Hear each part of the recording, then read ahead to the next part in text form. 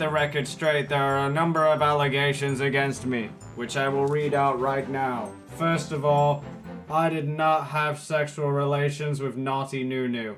That is a myth. There were specific dates that were put down in the screenshots. Apparently my name is Tinky Wanker 65, which is not true. And the allegations are specifically for the United States on January the 16th, 1975, when I'll have you know, I was in America in oh shit.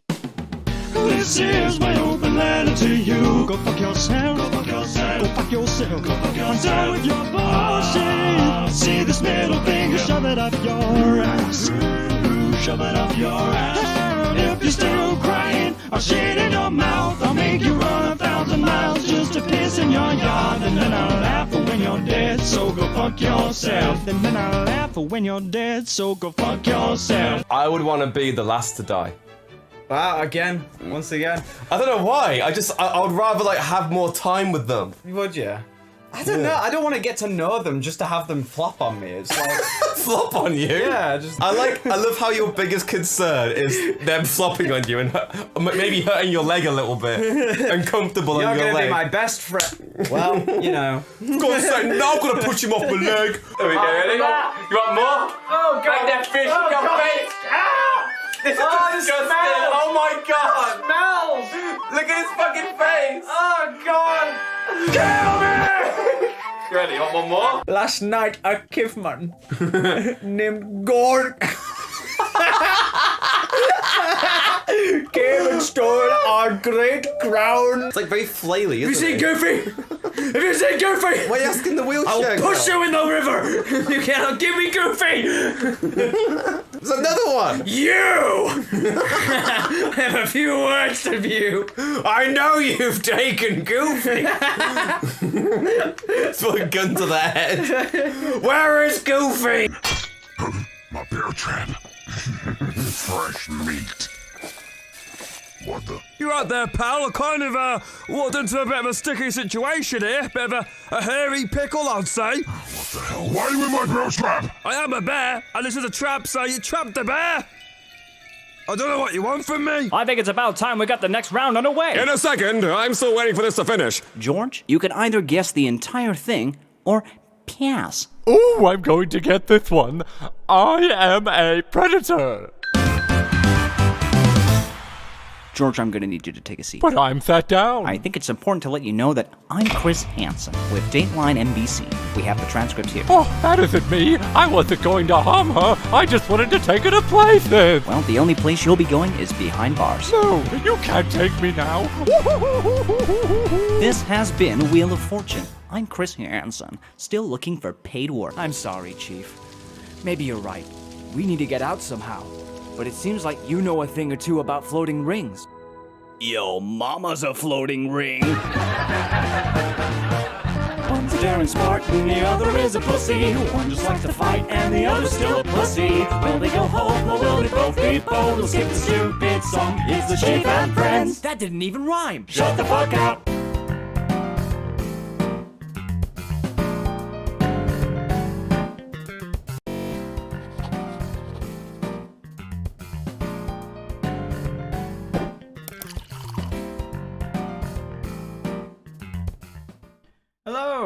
Hello everybody, welcome to a really chill session on the Will Ryan thing. Like the beginning, just a showcase of all the things that I've been a part of and all of the ramble, whatever. Enough about that shit. How you guys doing? Hope you're alright. Hope you're doing cool. I'm gonna put the music on in the background, the lo-fi music. Because that thing's always on. I feel for that guy's internet. Has that ever gone out? Has that stuff ever gone out? I'm wondering. Well, now it's not chill. Anyway. Yeah, I just figured I'd catch up with all of you. Let you all know what I'm up to. And hopefully chill, chat, have a bit of a Q&A, all that stuff. All the burning questions that everybody has, I'm pretty sure. Any subject matters you're interested in. I am just chilling. Because I'll be honest, I've been like severely unmotivated, and I've taken my friend's advice, just being like, hey, just stream. So figured I might as well do that. By the way, how am I coming through? Is my mic doing all right?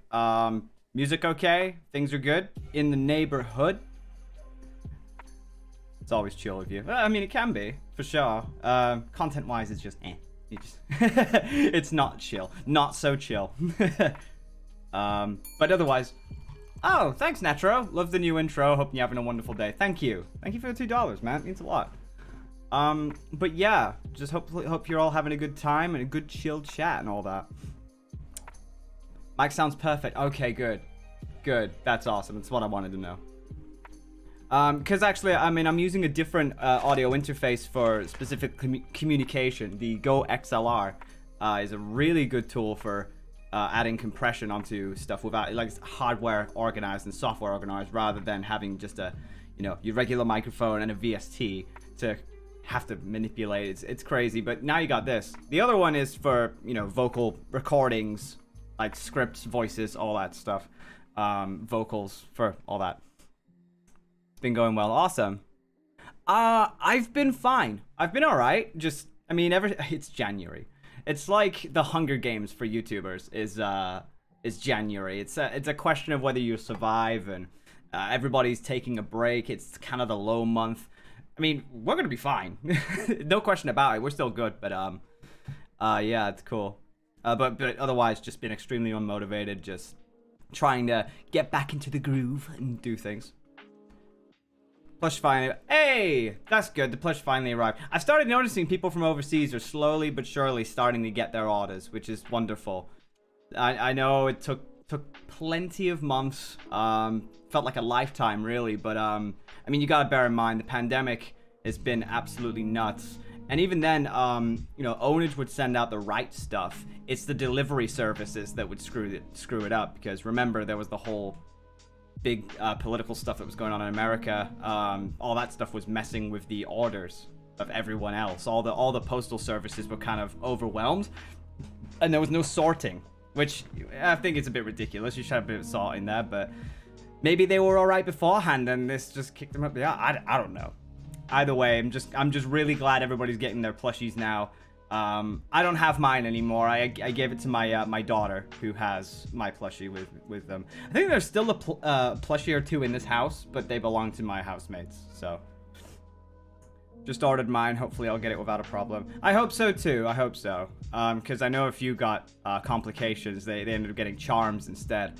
Ownage did their best to try and get everything out. They never usually have problems like this. It's just because of the recent postals, it's been a bit of a nightmare. So I'm glad that's good.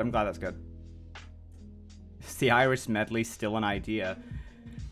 Not really. I mean, it just feels unnecessary. I mean, DA games for sure, like big old celebration of like the nerdcore scene, because it's more of a branch out for video games. It branches out to the other video games and all of that. It's sort of a playground, is the nerdcore scene, where you can kind of like mess with ideas. Whereas with Iris, it's following the status quo, I guess, like the norm. So it's like never say never, but it's more likely that it's probably not. Although you never know. Again, I said no to a lot of things, and I did them anyway. But the reason being, I'd say no. You know why I'd say no. Most of the time, it's usually to stop the questions. But a lot of the time, it's because, well, now I can't really, say yes for sure. So it's just never say never. I guess that's the default I should really take. Never say never. God, this music just got pretty fitting. Any upcoming ideas for DA? Yeah, I mean, there's a shit post song we have in mind. I mean, March is coming around the corner, so we've got an idea for that. It's game centric this time. Baldi was 2019, F was 2020, and we'll see what happens this year.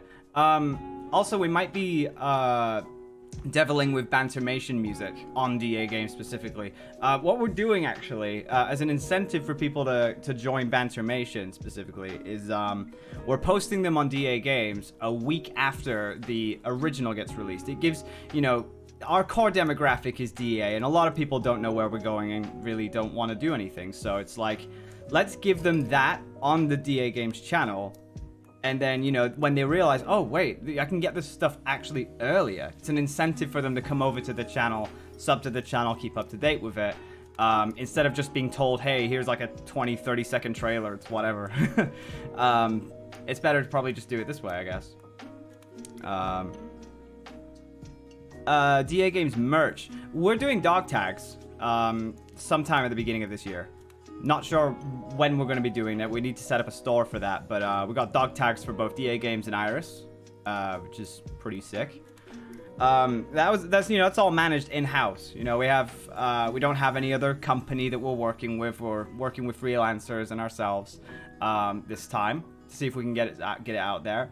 Then maybe we'll understand how crazy the industry can be. Masha just waiting for Let's Plays to come back. Me too, in a way. I've been really busy, obviously, with everything else. I want to get Dawn of the Demetrix. Good news there is the basic album's finished. Well, I'd say 99.9%. It's not 100. We still need, like, some vocals put in there, but other than that, yeah, it's basically done. Then I need to finish the deluxe edition, because I said I wouldn't release this album without a deluxe edition. Problem is, I'm unmotivated. I can't think of any music, so it's just a pain in the ass at the moment. So that's been put on the back burner. And then Bantermation, I'm making 2 scripts every month, and I've had to simmer down on that. But I can tell you, we have got a list of Let's Plays that we want to work on. We want to work on stuff like At Dead of Night, Hand Simulator, Mr. Krabs Ketamine. I want to revamp Tetris 99 to show people how much better I've gotten. We were thinking series-wise, we might be going with Amori, but maybe not. And Subnautica, apparently that ended up getting a few things, but the last time we tried Subnautica, that bombed. So I guess our resolution for this year is to continue series, like finish series regardless of their outcome. So, you know, that's a... Oh, got a super chat. Who knows what says, hey, Will, $20, Jesus. I thought I'd let you know I listened to your music from Break My Mind to Plague. Amazing song, by the way. I was going through a rough patch, and I'm all better now. Damn, well, that's awesome, dude. I appreciate that, and thanks for the bits. Really means a lot. Hope you're hanging in there. Sorry, that just threw me off. Thanks for that. The DA Games Knockout is a new series we have in mind. DA Games Knockout. It's a race for me and the DA crew to kind of see how far we can get versus each other. We've got things like Getting Over It, Hades, Doom Eternal Nightmare, Right, and stuff. Right's actually a really cool game. I checked that out. It's like in the, it's spiritually, it's kind of like Celeste and Super Meat Boy. You know, those very difficult games like that. That's a cool game. And duo Let's Plays, we're looking at the Mario Maker 2 Ross levels, Nidhogg, probably come back to Untitled Goose. And We Were Here. That was actually recommended by our good friend Chi-Chi, which is gonna be cool. So yeah, that, you know, we've got lists for now, but there's not that many games out there, really, is there? So I mean, we would make normal videos as well, like Try Not to Laugh, like the Stone Cold Challenge, and I don't think there's a place for meme reviews on the channel, really, because everybody's got a meme review channel. It kind of feels like the job's already done, so it's like, all right, whatever. Reinhold with the $1, thank you very much for that. Thanks for that. So that's just DA Games in general. Yeah, Biobond is hopefully gonna release with the album. It's gonna have a cool lyric video though, so that'll be sick. And the album art is still being finished. Not Biobond. Biobond is complete, but Dawn of the Demetrix still needs finishing. So yeah, but yeah, Biobond will be released during that. I don't like... Okay, so at Dead of Night, there's a reason why I haven't been playing horror games as of recently. My anxiety is just shot like wildfire. So, I don't react well with horror games as of late. And I've heard at Dead of Night is one of those typical, like, run away from enemy, claustrophobic, don't know where the enemy is kind of games. So it's like... I don't be surprised if I get in, I get scared once, and then I just flip a casket and don't want to play anymore. Like that's probably... So the next project in mind for Bantamation. So many things. I mean, the next thing that we have going up is the full Boomer vs. Zoomer song, the full version. Then we have Dead by Daylight. Then we have, oh god, what else do we have? We have Machinabants, which is cool. We've got Machinabants Episode 3. Then we've got things like Hello Neighbor 2, Bars in the Dark Survival, Cuphead, Pokemon Sword and Shield, Doom Eternal.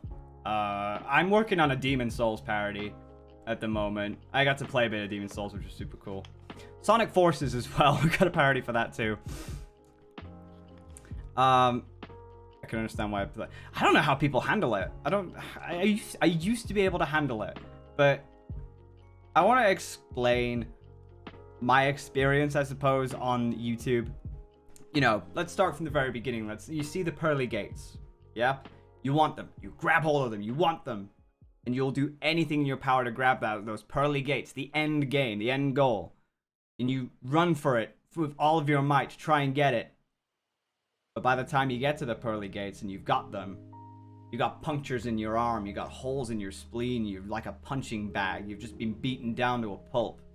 And you have to ask yourself, was it really worth it? That's been my experience on YouTube, and that's kind of why I've been so demotivated.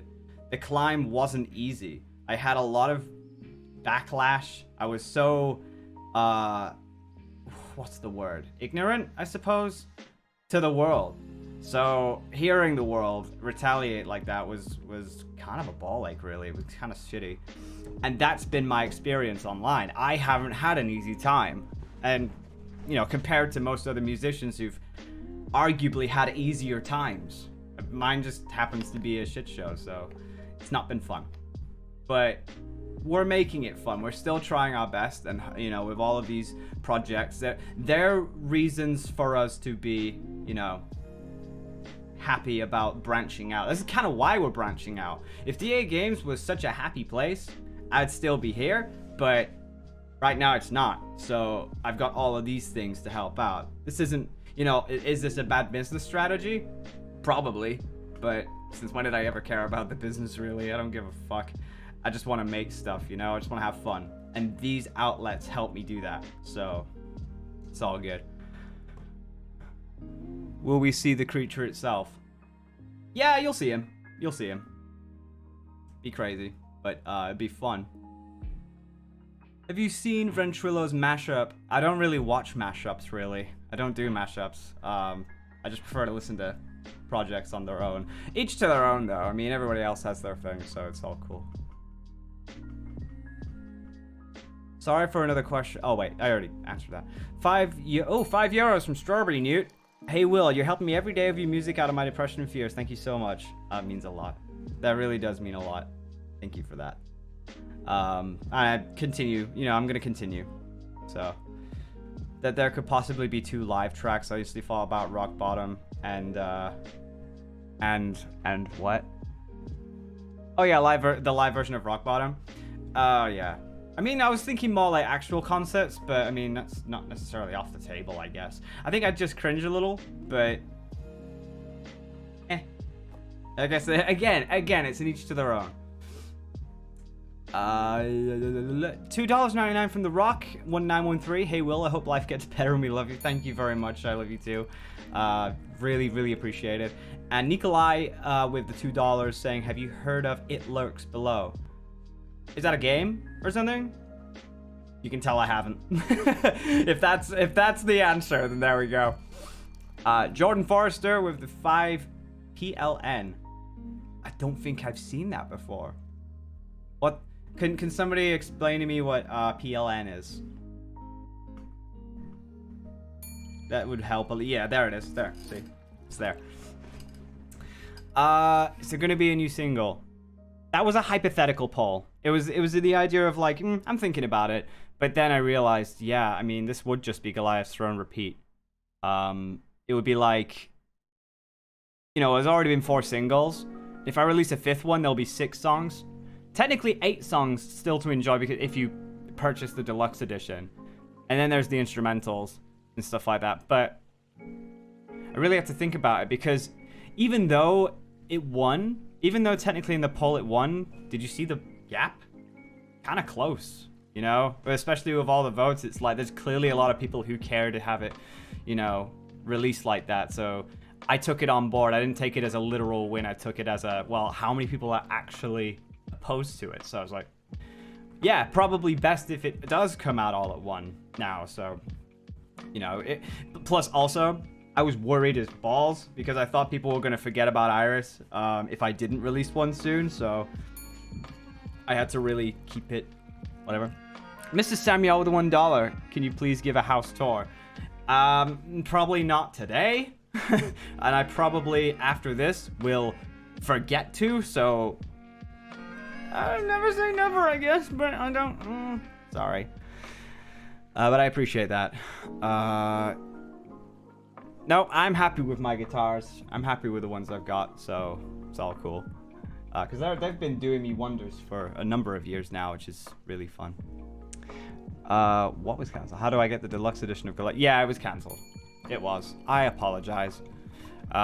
We're making that up with Dawn of the Matrix, hence why I'm not releasing. I haven't given a release date for Dawn of the Matrix Basic Edition, and I have not even finished that, and I won't be saying anything until, you know, everything's done. So, how'd you feel about doing songs of video games? With the €2. Thank you very much, Threat. How do I feel? I feel like the job's already done for me. Like, the story's there. I'm just like, okay, well, we just gotta talk about the story. But I also like to supply the same heart that I do with Iris. I like to do that. Unfortunately, it's not a good business strategy. Because people, when they listen to lyrics, they want it to be extremely literal. And that's so easy to do. It's like, again, this is a FNAF song in a nutshell. There's the left door, there's the right door. Bonnie, Freddy, grab the torch, gotta run, time's ticking. Give me the money. So easy to do. It really is. And it's amazing how that system is actually working. Like, it's enough for me to disagree with that kind of formula, but for it to work kind of digs me in the heart a lot. So, I don't know. That's because it's exactly what I used to do. It's exactly what used to be my songs. And you know, I realize how easy it is, which is exactly why I stopped. You know, I stopped doing that in favor of going for like, okay, do you want something unique? Okay, we'll go with that. So I guess that's what I think about it. Cassidy's art with the $6.99 Canadian dollars. Hey, Will, glad I made it to the stream. Your music and just videos in general always make my day. I love you. Hope you're doing good. Thanks. Thank you. Again, still here, having fun. Want to talk with people. Want to make all this stuff for you guys. Maybe it is this stream that got me to motivate me to do things. Maybe it is. Maybe it's working. Thanks, Dex. Thank you. Thank you. Let's see. There's a Sister Location VR fan game came out. Damn, that's cool. Also, how's Megara doing? She's doing a little better today. Two different types of antibiotics every 12 hours for 5 days, and bless her, she's kicking in there. She's doing well now. I was worried sick yesterday as a result, but things are looking better now. These are the things I have to worry about in a personal life, which kind of affect the flow of life, really. FNAF musicians are after rhyming tonight with Survive. Yeah, here's the thing. Like, that's another thing I wanted to partake in, is there is a narrow mind of songs always have to rhyme. They don't.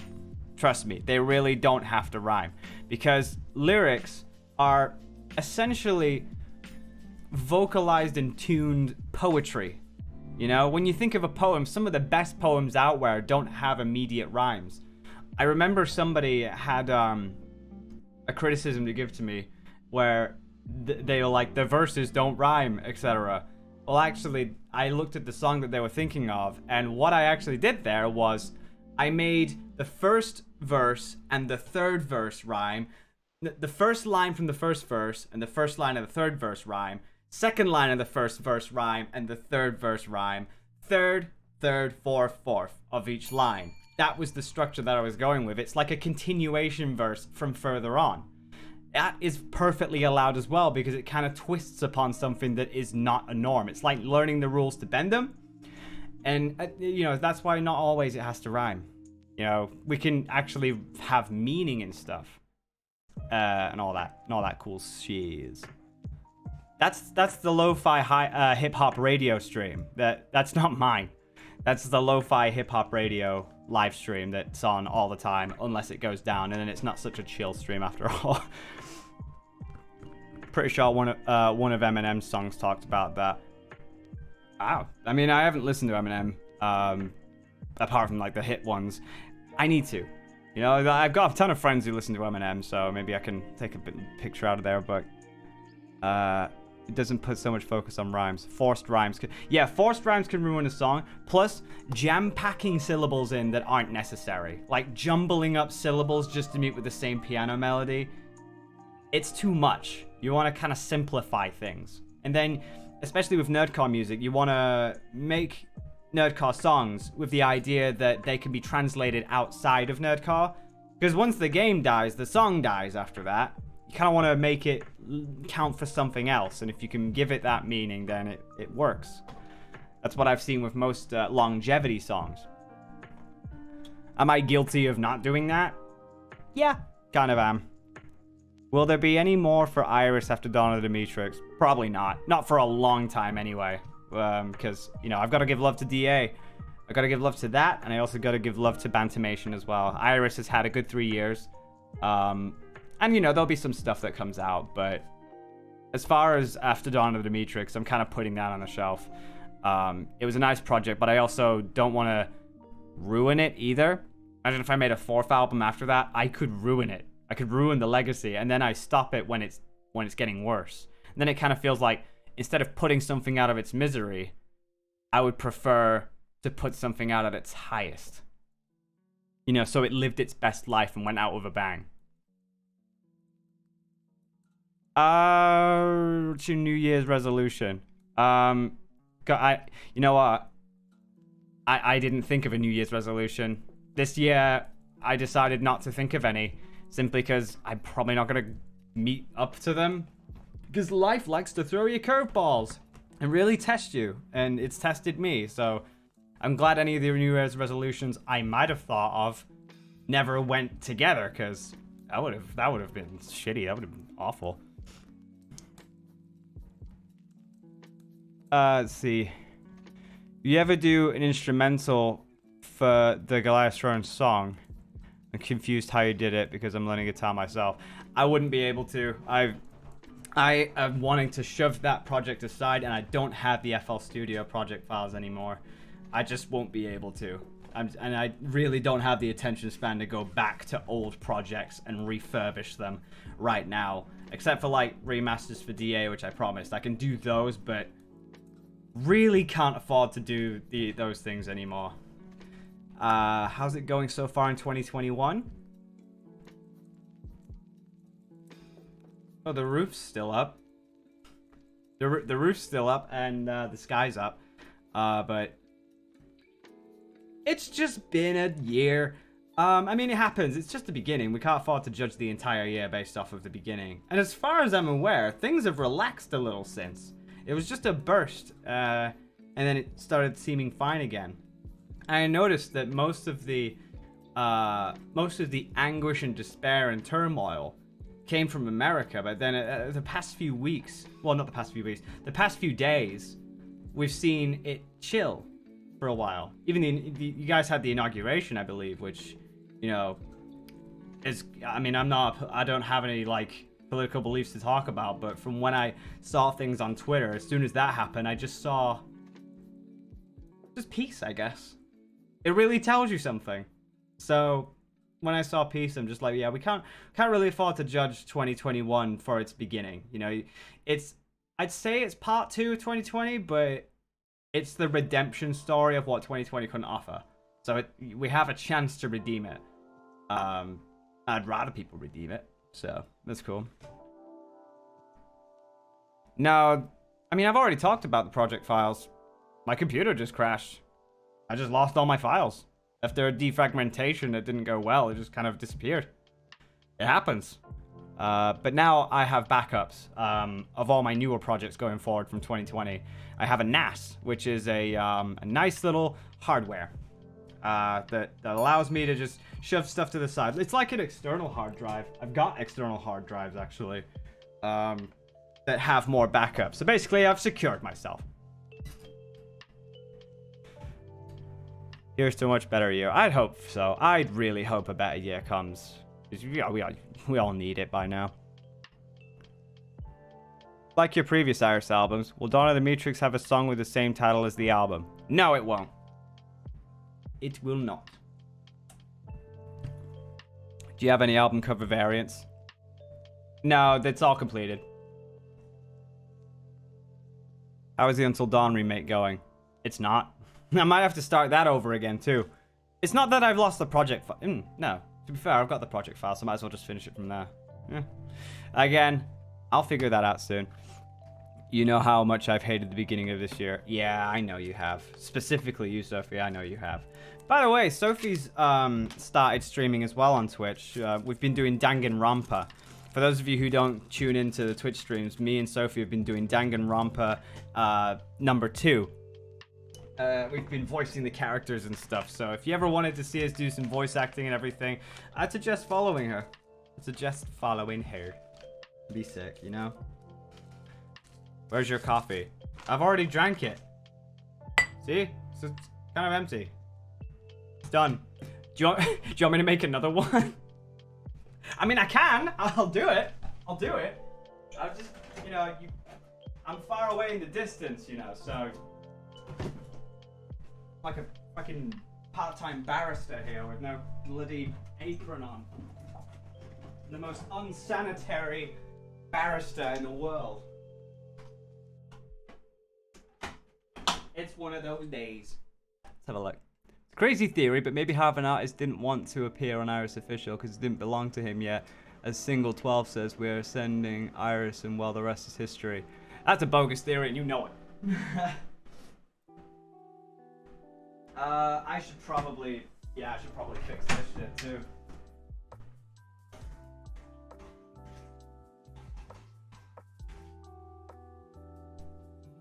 I can be clean. I'm a clean boy, yes. I did put a new one in. Yeah, I put a new one in. That's exactly what I did. Let's see.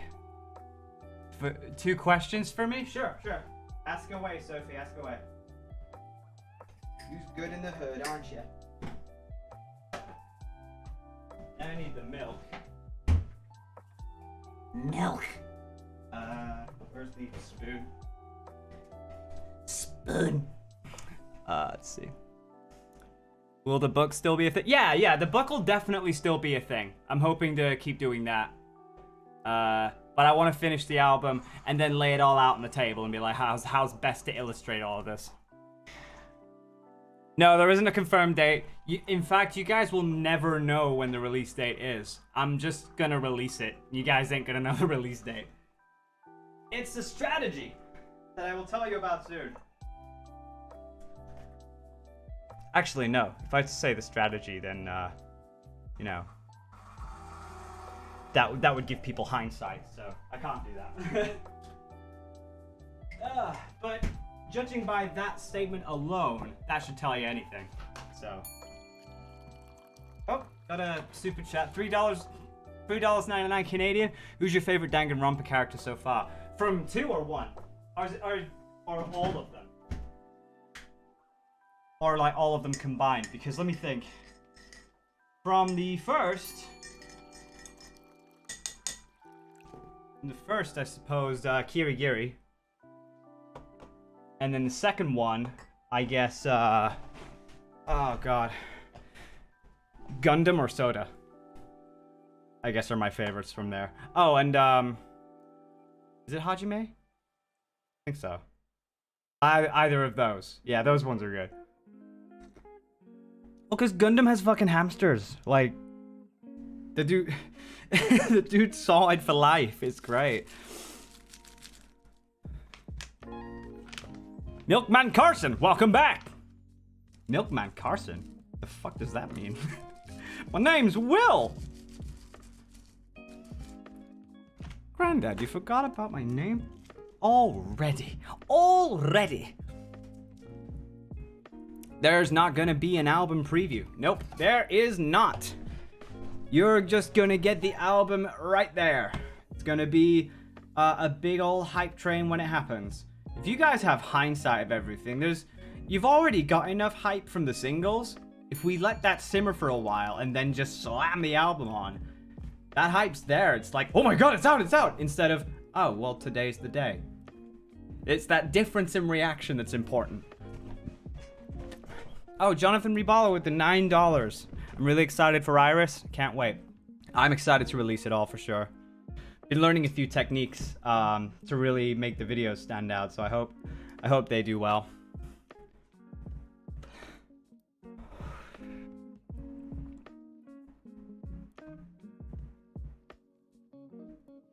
What settings and components? You're asking me to spend like 2 or 3 days digesting stuff that I just can't remember.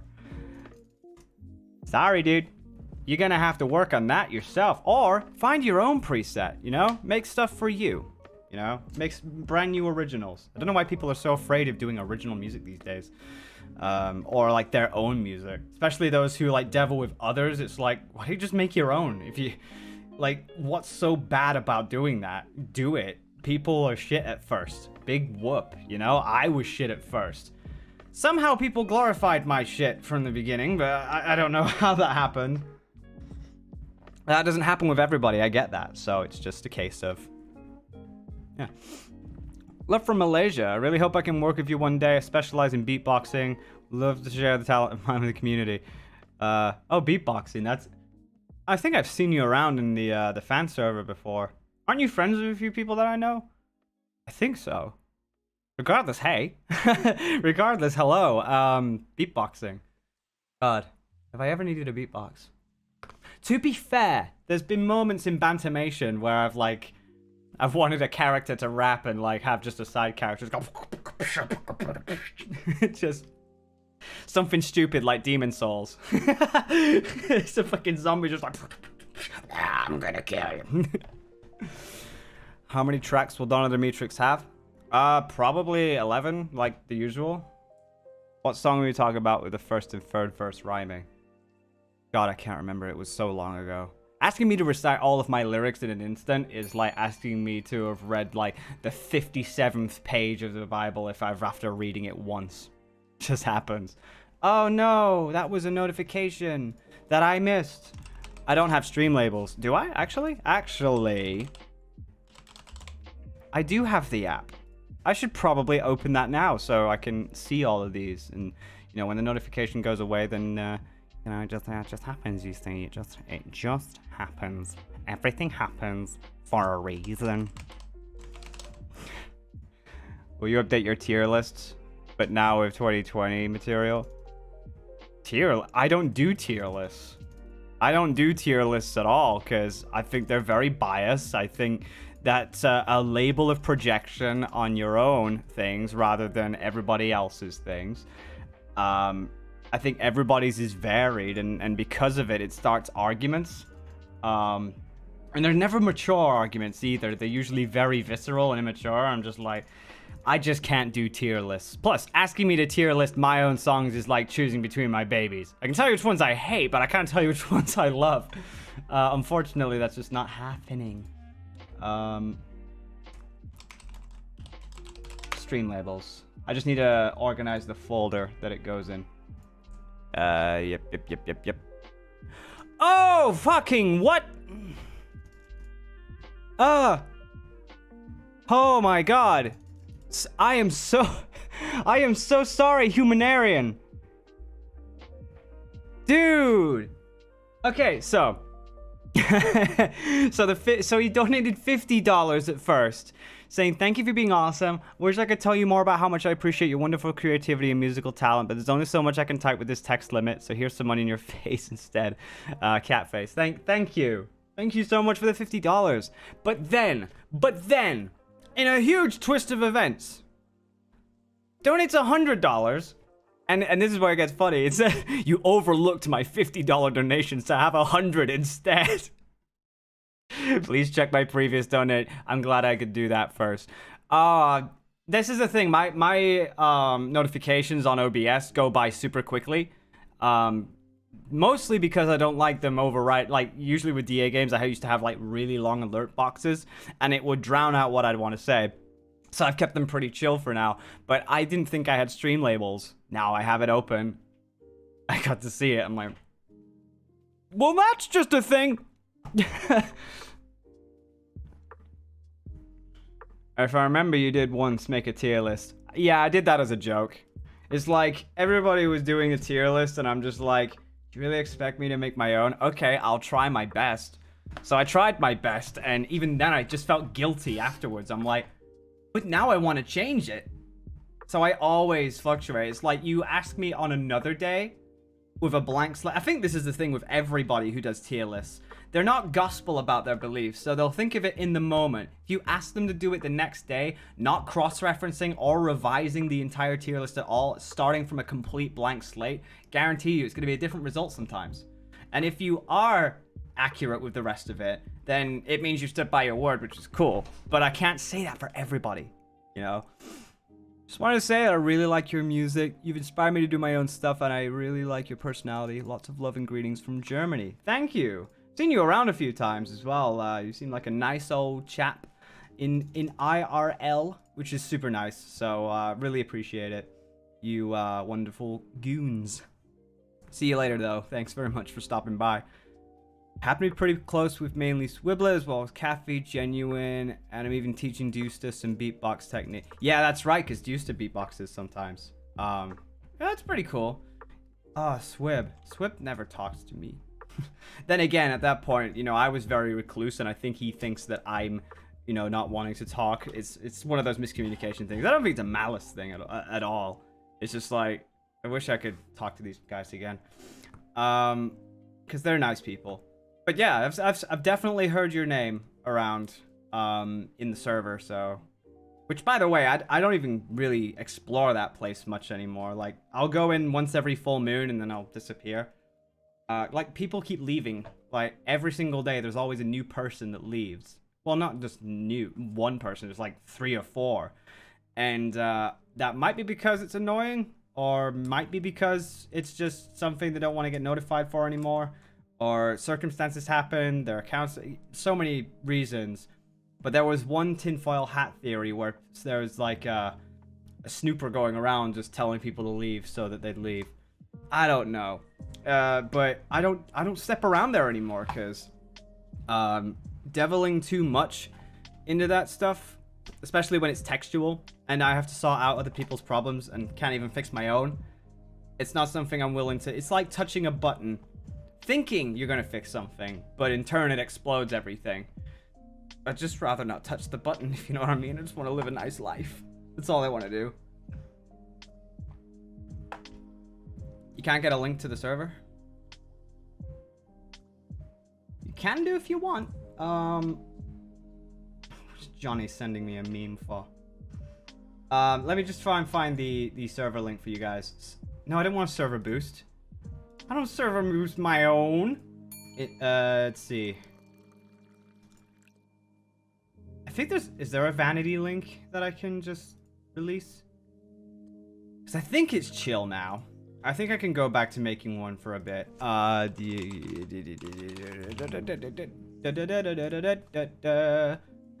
Okay, yeah, I've made it. So let me. I'm already in there, so let's see. Sophie, I'm about to send a link in Mod VC chat. There. There we go. All right, so Sophie, the server link is in there. I mean, you don't have to send it. I'm saying I can't make a link. I'm at work. I've made one. It's just in the Mod VC chat. If you ever want to like copy paste any mods in here who can do that, that'd be really appreciated. But anyway, I love how that formed. I don't spend time in my server anymore. I don't really do stuff. I'm not in my server. I just don't really explore. Pushing a button explodes. By the way, come to my server. I don't. Anyway, about my crappy server. Oh god. Will Bantermation's Minecraft song go out in music stores? Yes, it will. It will. It's definitely going to be in music stores. I can't wait to release it. It's not even my song, really. It's more so Dex's, but I sing in it, and I did write in it as well, so it's group collaboration. At least on DistroKid, it's like 50-50 split. I would like to think there's always 50-50 split in mind when it comes to those songs. Biobond cover ready? Well, yeah, of course, Biobond's finished. It's just I'm not releasing anything. Not until the album is released. Sorry if I'm not here a lot. I have school now since I'm in Canada. Oh, is Canadian schools back? I think UK schools are back too in a way, so that's a thing.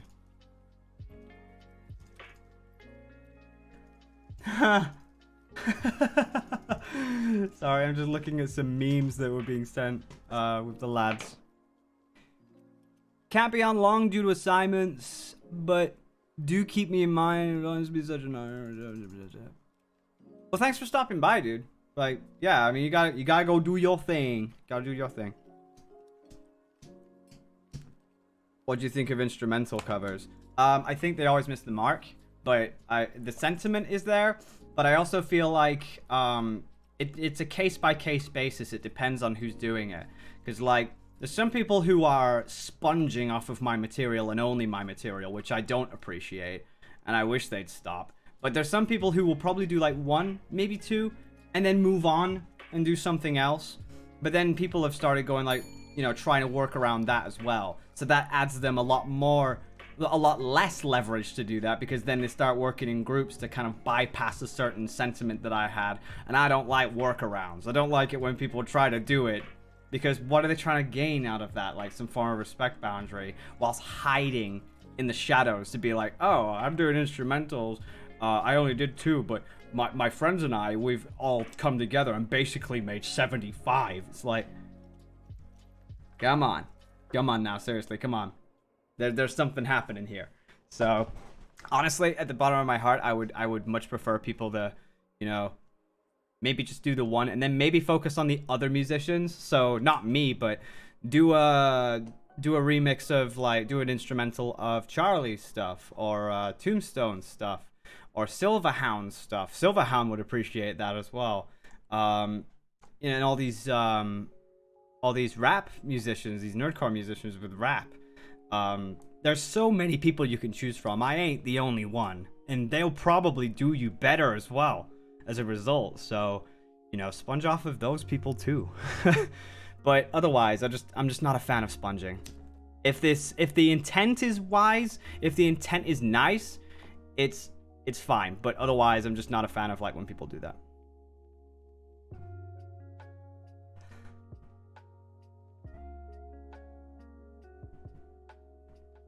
Listen, at the end of the day, I'm not delving into people's channels. I'm not going straight towards people's channels and doing anything about it.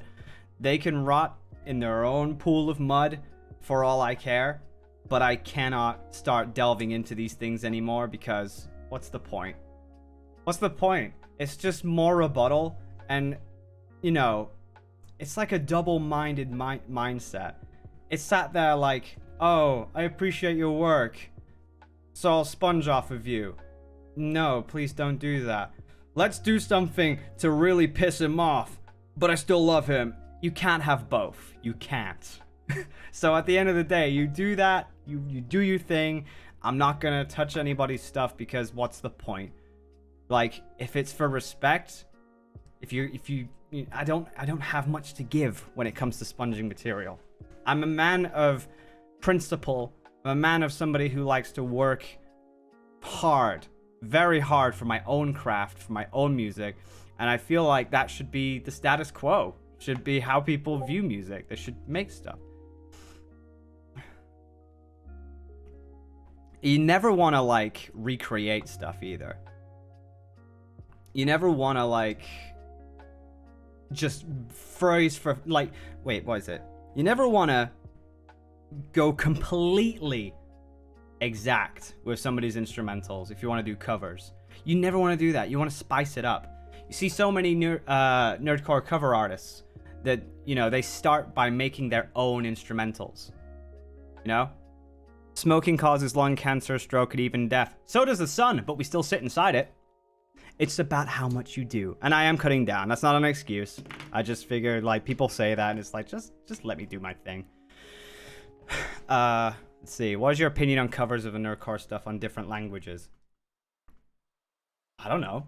They exist. Will I be able to listen to the deluxe edition of Dawn and Demetrix on Spotify?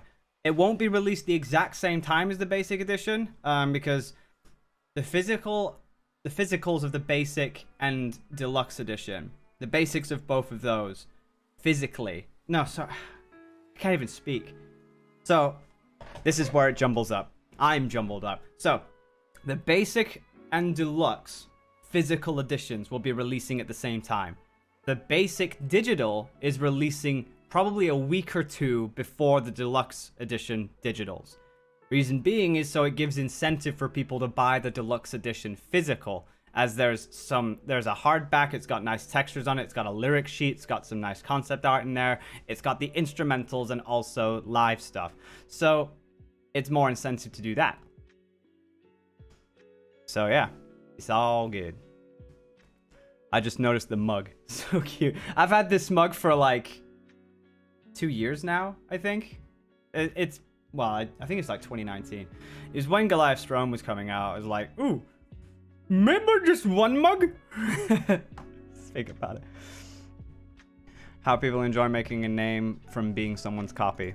It's because they can't do anything themselves. They can't think of anything themselves, so they want to thrive off of something else, you know? It's just kind of the way it is. And it's impatience, which I'm never going to give lenience to. You know, I'm someone who likes to work hard for their stuff. Took me at least 16 years thinking about it. 16 years to really get out there in the world, which is really cool. Like, spending all that time not even caring about getting up there, really. I was just having fun. And then the moment that it does happen, it was like a really satisfying feeling that regardless of doing it for just passion alone, the opportunity was there. And it felt nice. It felt nice to be able to kind of do that.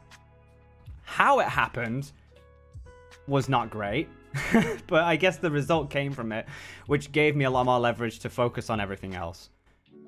Bad business strategy, but again, I don't really do stuff for the business. I do things really to kind of have fun with it. If there's an opportunity to have a good business out of something, then that's cool too.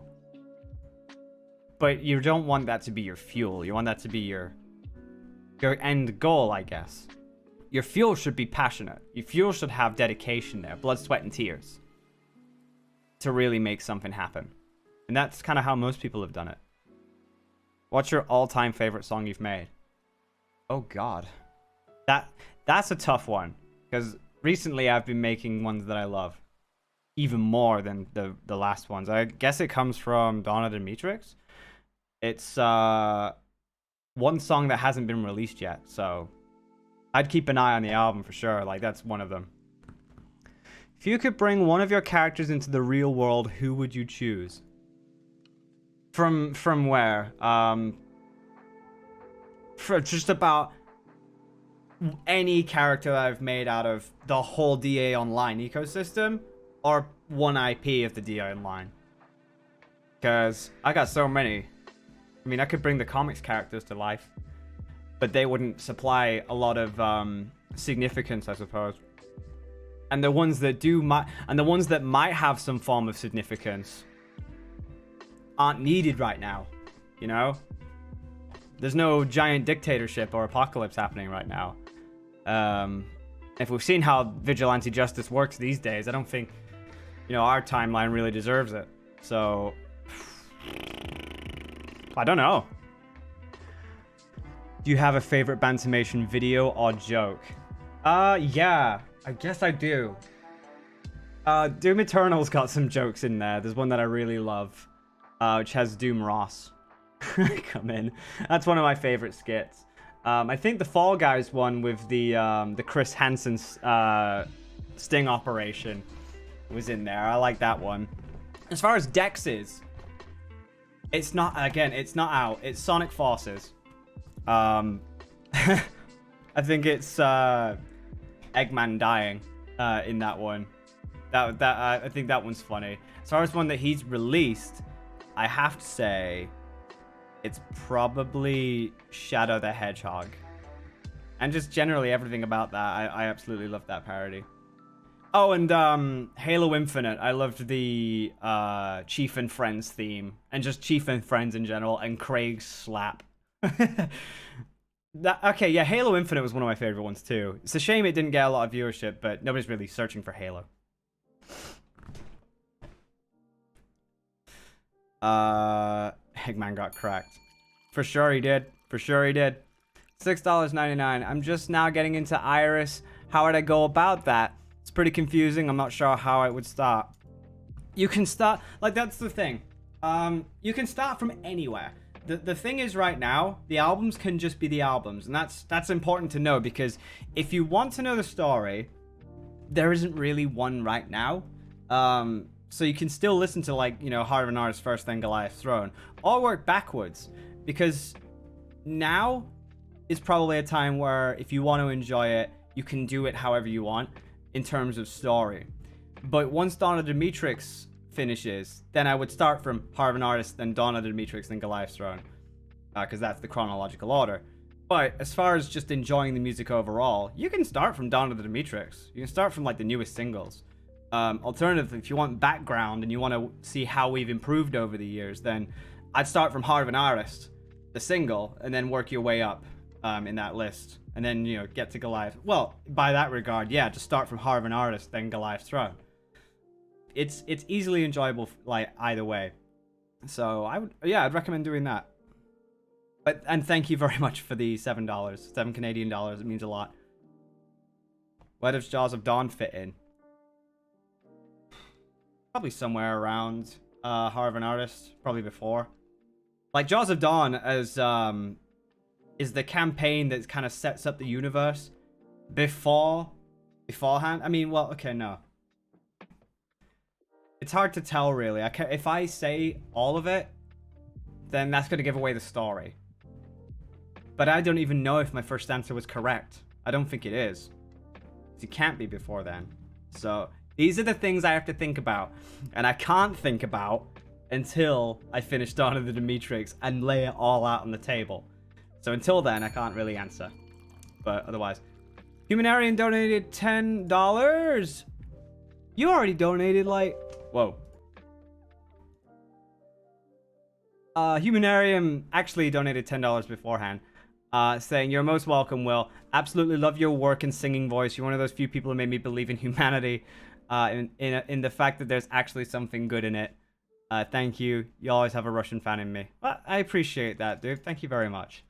That really does mean a lot. And another $10. You're a Sonic fan? Great to know. I'm actually the voice of Shadow and Vector in the most ambitious Sonic fan game called Sonic 2020. Okay, that's cool. That's cool. It's not. So you're Shadow and Vector. They're like two polar opposite voices as well, so that's a range. That's definitely a range. I'm a Sonic fan. I like Sonic. But the thing is, I like all sorts of things. I like Shaun of the Dead. I like Dawn of the Dead. I love Ash's Versus. I love The Evil Dead. I love Tetris. I love Halo, Doom, Gears of War, Sonic, Pokemon. You know, all of these things couldn't define me by one specific genre. So I'm definitely not a total Sonic fanboy. But I'm a fan of Sonic. There is a difference, believe me. I'm sure you know that anyway. You know that. It's just for most people who'd be like, you like Sonic? That must made I make an OC. It happens. It happens with most ships. Let's see. What's the song you feel very comfortable with? Comfortable? Hands of a Slayer. I was very comfortable with that. Aside from maybe, like, mixing. But it's far from being the worst mix we've done and got better over time, so... Yeah, I like that. What's my usual process in writing lyrics? How do you come up with the titles? Do you write it as the song's about feelings alone? Or do you try and fit them in the first? So I don't know. Sometimes I'll start with... It depends on what I'm humming in my head. You know, if what I'm humming in my head works more so as a verse or works more so as a chorus, then I'll start with either. And if I don't have the chorus down and it's the verse, I'll probably wait for the title, you know, wait to find the right, you know, I wait till the lyrics are done. I usually have code names for things just to remind me of what the song is, and then I'll have a final title, and all that stuff. Like, originally, here's a bit of trivia for you. Ambush was going to be titled, I'm the Pretender, or Pretender, because that was what I had as part of the first chorus and stuff. I had, like, the first 8 lines done. And then the last 2 lines, when I started doing that extension of the chorus, I found the word ambush, and I'm like, maybe simplify that. You know, really, really take care in thinking of the title and not overcomplicate it. So it's like, oh, ambush. There you go. That's easy to remember. So, you know, it's all of that. And usually that stuff happens during the chorus or like after. It depends. It's a case-by-case thing with songs. I always have code names. I just don't tell them. Because why should you know? Like, you guys, all you guys need to focus on really is the final product. I shouldn't have to show like work in progresses, even though like I know people are curious and want to work on stuff, but I shouldn't have to. It's just sometimes I'll demonstrate it and there we go. I mean, imagine if the song was just called "I'm the Pretender." How many people would go like combine that with the purple guy, because I'm the purple guy and I'm the pretender and purple guy and purple's the imposter. Oh, kill me. It just wouldn't be a thing that I'd be a fan of. So, you know, when I think of all these things, I think about definitely the heart is involved in there. The blood, sweat, and tears goes into the finer details. Sometimes I'll mess up. You know, everybody messes up every now and then. But, you know, you try your best. And I think that's the most important part, is trying not to skim over the most important things. Gotta go. Want to ask one question about this personal name. He re-uploaded a list of all your beta songs from the Goliath's Throne album. You know what? Again, I don't fucking care anymore. Like, I've stopped caring. You gotta understand that I fight, and then when it just feels like when you'll never win, you just gotta give up. At the end of the day, I know how morally degrading that is. At the end of the day, I know that that's not something I can fully respect, but somebody was gonna do it, and there we go, I guess. So it's whatever. At the end of the day, that was like years ago anyway. It doesn't measure them as a person. It's just what they did was a shitty thing. But it doesn't matter. I'd rather move on from it. You know, those are things from years that I'm trying to mature from. I'm trying to mature from those years. And by being reminded of stuff back then is going to set me in a mindset that I was very confident in back then. I don't want to be there anymore. I want to be in the now, you know? I want to work on things now because I want to enjoy what I do. I want you guys to enjoy what you do. I want you guys to enjoy what we do, and I like to enjoy what you do.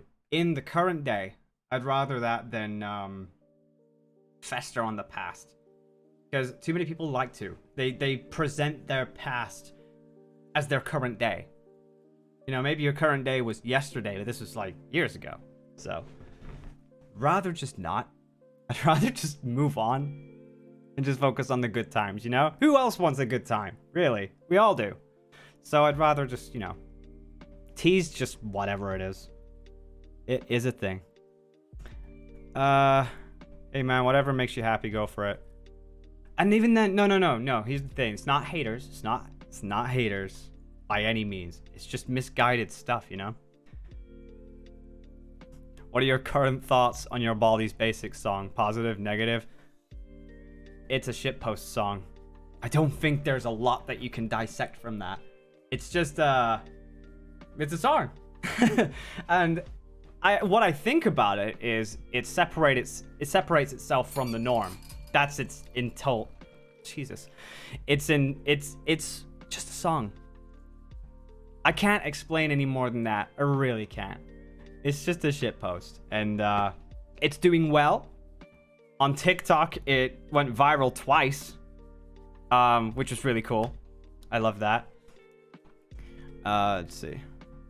You actually sounded intrigued. Would you like to... It's not that I'm like totally intrigued. It's just if I happen to see it, I happen to see it. Right now I'm extremely busy with a lot of things. God, I feel awkward. I'm sorry. I do. I feel extremely awkward when being provoked like this. It's not like you are doing it badly either. It's just, I don't know. Maybe I've said too much, but still, like, take a short scene where it's... I mean, again, this is why I have the fan server. You can put your stuff in self-promotion in the fan server. Sometimes I like to skim through and see what people are doing in the fan server. So, like, you know, it's a fun thing. I like to see when people do things there. That's probably your best place, though. That's probably your best place. Is if you go into the fan server and you have some promotional stuff, just don't tag me. I will, periodically, each and every day, I'll just look through the self-promotion and see what people are doing. Because I still do. I still look at it. Maybe I don't say it enough, but I do look at that stuff in there. Hey, Morrow! Hello, how you doing? Yes, I'm streaming finally after fucking, like, how many months? God's sake. Oh, by the way, guys, Morrow, he's an animator for us on Bantermation. Currently did the Sonic Forces animation. It's not out yet, but we've sung high praises for the Sonic Forces parody. We love it to bits. I think it's actually one of my favorites. So, well, other than that, maybe the Doom Eternal one for sure. But yeah, everybody welcome Morrow. He's like super welcome here. Just wanted to ask, what genre do you think an Irish game would fit into? Apocalypse, battle, hack and slash, shooter, slasher, horror, stealth, RPG, I guess. I don't know. That's tough to think about. I always felt dirty putting stuff in self-promotion. I don't know why. Maybe the fact that I was doing it in your server just felt wrong. It's nah. That was where it's purpose built. You know, it's where you go to put your stuff in. Otherwise, we wouldn't have made it. It's definitely for people to showcase whatever they have in there and all that yada yada. If they've got a stream going on, you know, there's a nice little community where people can look at stuff. If they have the time, I'm always looking at like new things, so it's worth a shot, you know. Like if you personally feel dirty, that's okay. I get some people might feel like that when posting their stuff. Sometimes I feel like that. It's why I don't do it really in anybody else's server. I'll do it in my own because I mean it's my own, like anybody would. You know, you have your own server, you make it for you.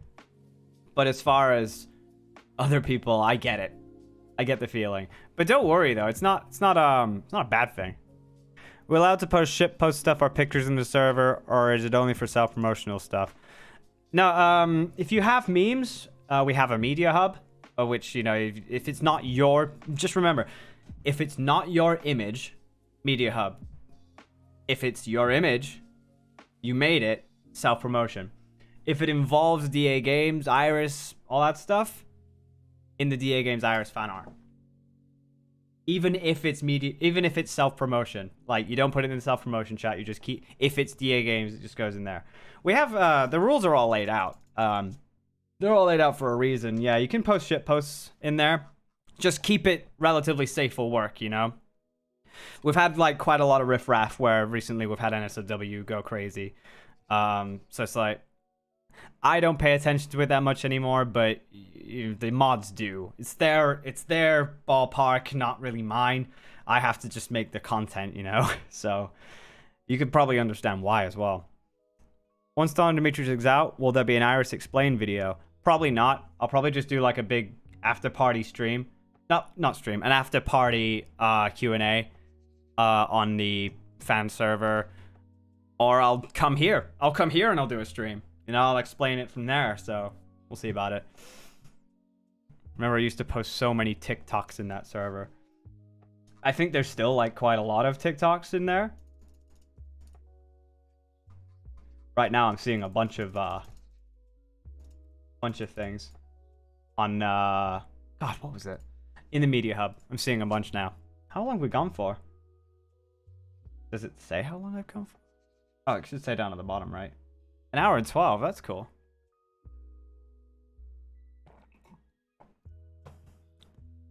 Do you ever regret making Story of the Goliath videos because of the changes to the story you have made since then? You called Havoc Goliath's colony in those videos. Now it's his scythe. No, they mean the same thing. Like, Havoc is the scythe, but Havoc is also part of, like, it's the spell that would be used, you know? Like, to bring forth the colony. But the colony soldiers were never not the colony soldiers. They were soldiers. But I don't regret them.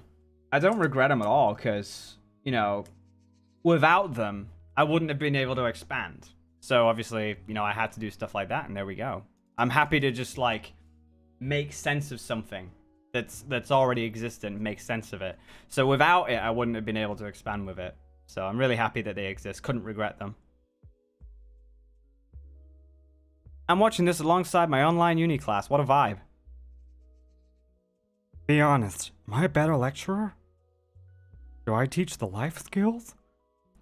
It's okay if you say no, you be honest. Oh my god. Oh! Got another one. $10 from you. How much have you donated, dude? Don't feel awkward, I was merely curious. Thank you for mentioning the self-promotion channel. I'm on your server, it's not quite active, so I didn't know. All I hear is money in your face. Thanks. Thanks for the money in my face. Means a lot. Yeah, I mean, it's all there. You know, you can definitely go in there. It's just, world's your oyster. Besides Martha Hive and Biobond, there's other songs in the album going to have its own art cover. Yeah, all the songs are going to have, like, their own sort of style to them. How that will be demonstrated is kind of impossible, really, unless you do canvases on Spotify. You can't really, like, especially with DistroKid, you don't have that kind of control to have each song as a separate album piece. But you'll see it. Because, you know, we'll have lyric videos for them. And then also, in the lyric sheet, we'll have different backgrounds for them, so you'll be able to see that too. And on Spotify, you'll be able to see them in canvas form. So, all to look forward to, really. How is the server doing? It's bleeding, so, like, people are leaving gradually. But, it's calmer. It's been calmer. Since then, it's been fine. I think, you know, when all the discourse stopped was when more people left. I think now we've got, like, a nice knitted small place. It can't afford to get crazy. And I think that was always going to be the problem with servers. They were always going to get crazier and crazier the more people went in. Because you're asking for strangers to compromise with other people. And that's nearly impossible when you have two polar opposite mentalities. You have, like, the positive person and the super cynical person. They never work together. And we've seen it happen. Very rarely, though. It's not fun when it's very rare, so it's unfortunate that happens. But I mean, if you're a person who likes to cooperate with people and you like to be peaceful with those and have a good laugh, and you're not too dark, you know, and you know the rules and all that, then world's your oyster, really. You can come in and enjoy yourself, you know. That's just my place. But there's a server for everybody. You know, my server is for mostly positive thinking, whether it's, you know, other servers are built for negative thinking. I'll never agree with the negatives, they'll never agree with the positives, but the point is we all have a purpose. So by all means, you know, it's however you make it, honestly. Try doing a video on the DA Games Reddit. I think people would like that. I don't really explore the Reddit that much. I'm still trying to get my mentality in check. I'm still trying to make sure everything's fine. YouTube or Discord servers are always a bad deal. I will argue that the difference between mine is and a lot of folks is that I do care a lot about how it goes. But I'm also slowly not. I'm also slowly starting to think, okay, maybe I'm doing too much. Maybe I should step away for a bit. And, yeah. Whoa, what's going on here?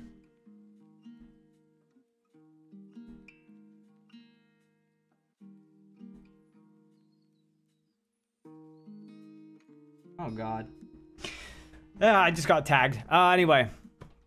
Let's see. Another Overwatch and TF2 rap. I don't do those. I've never done one.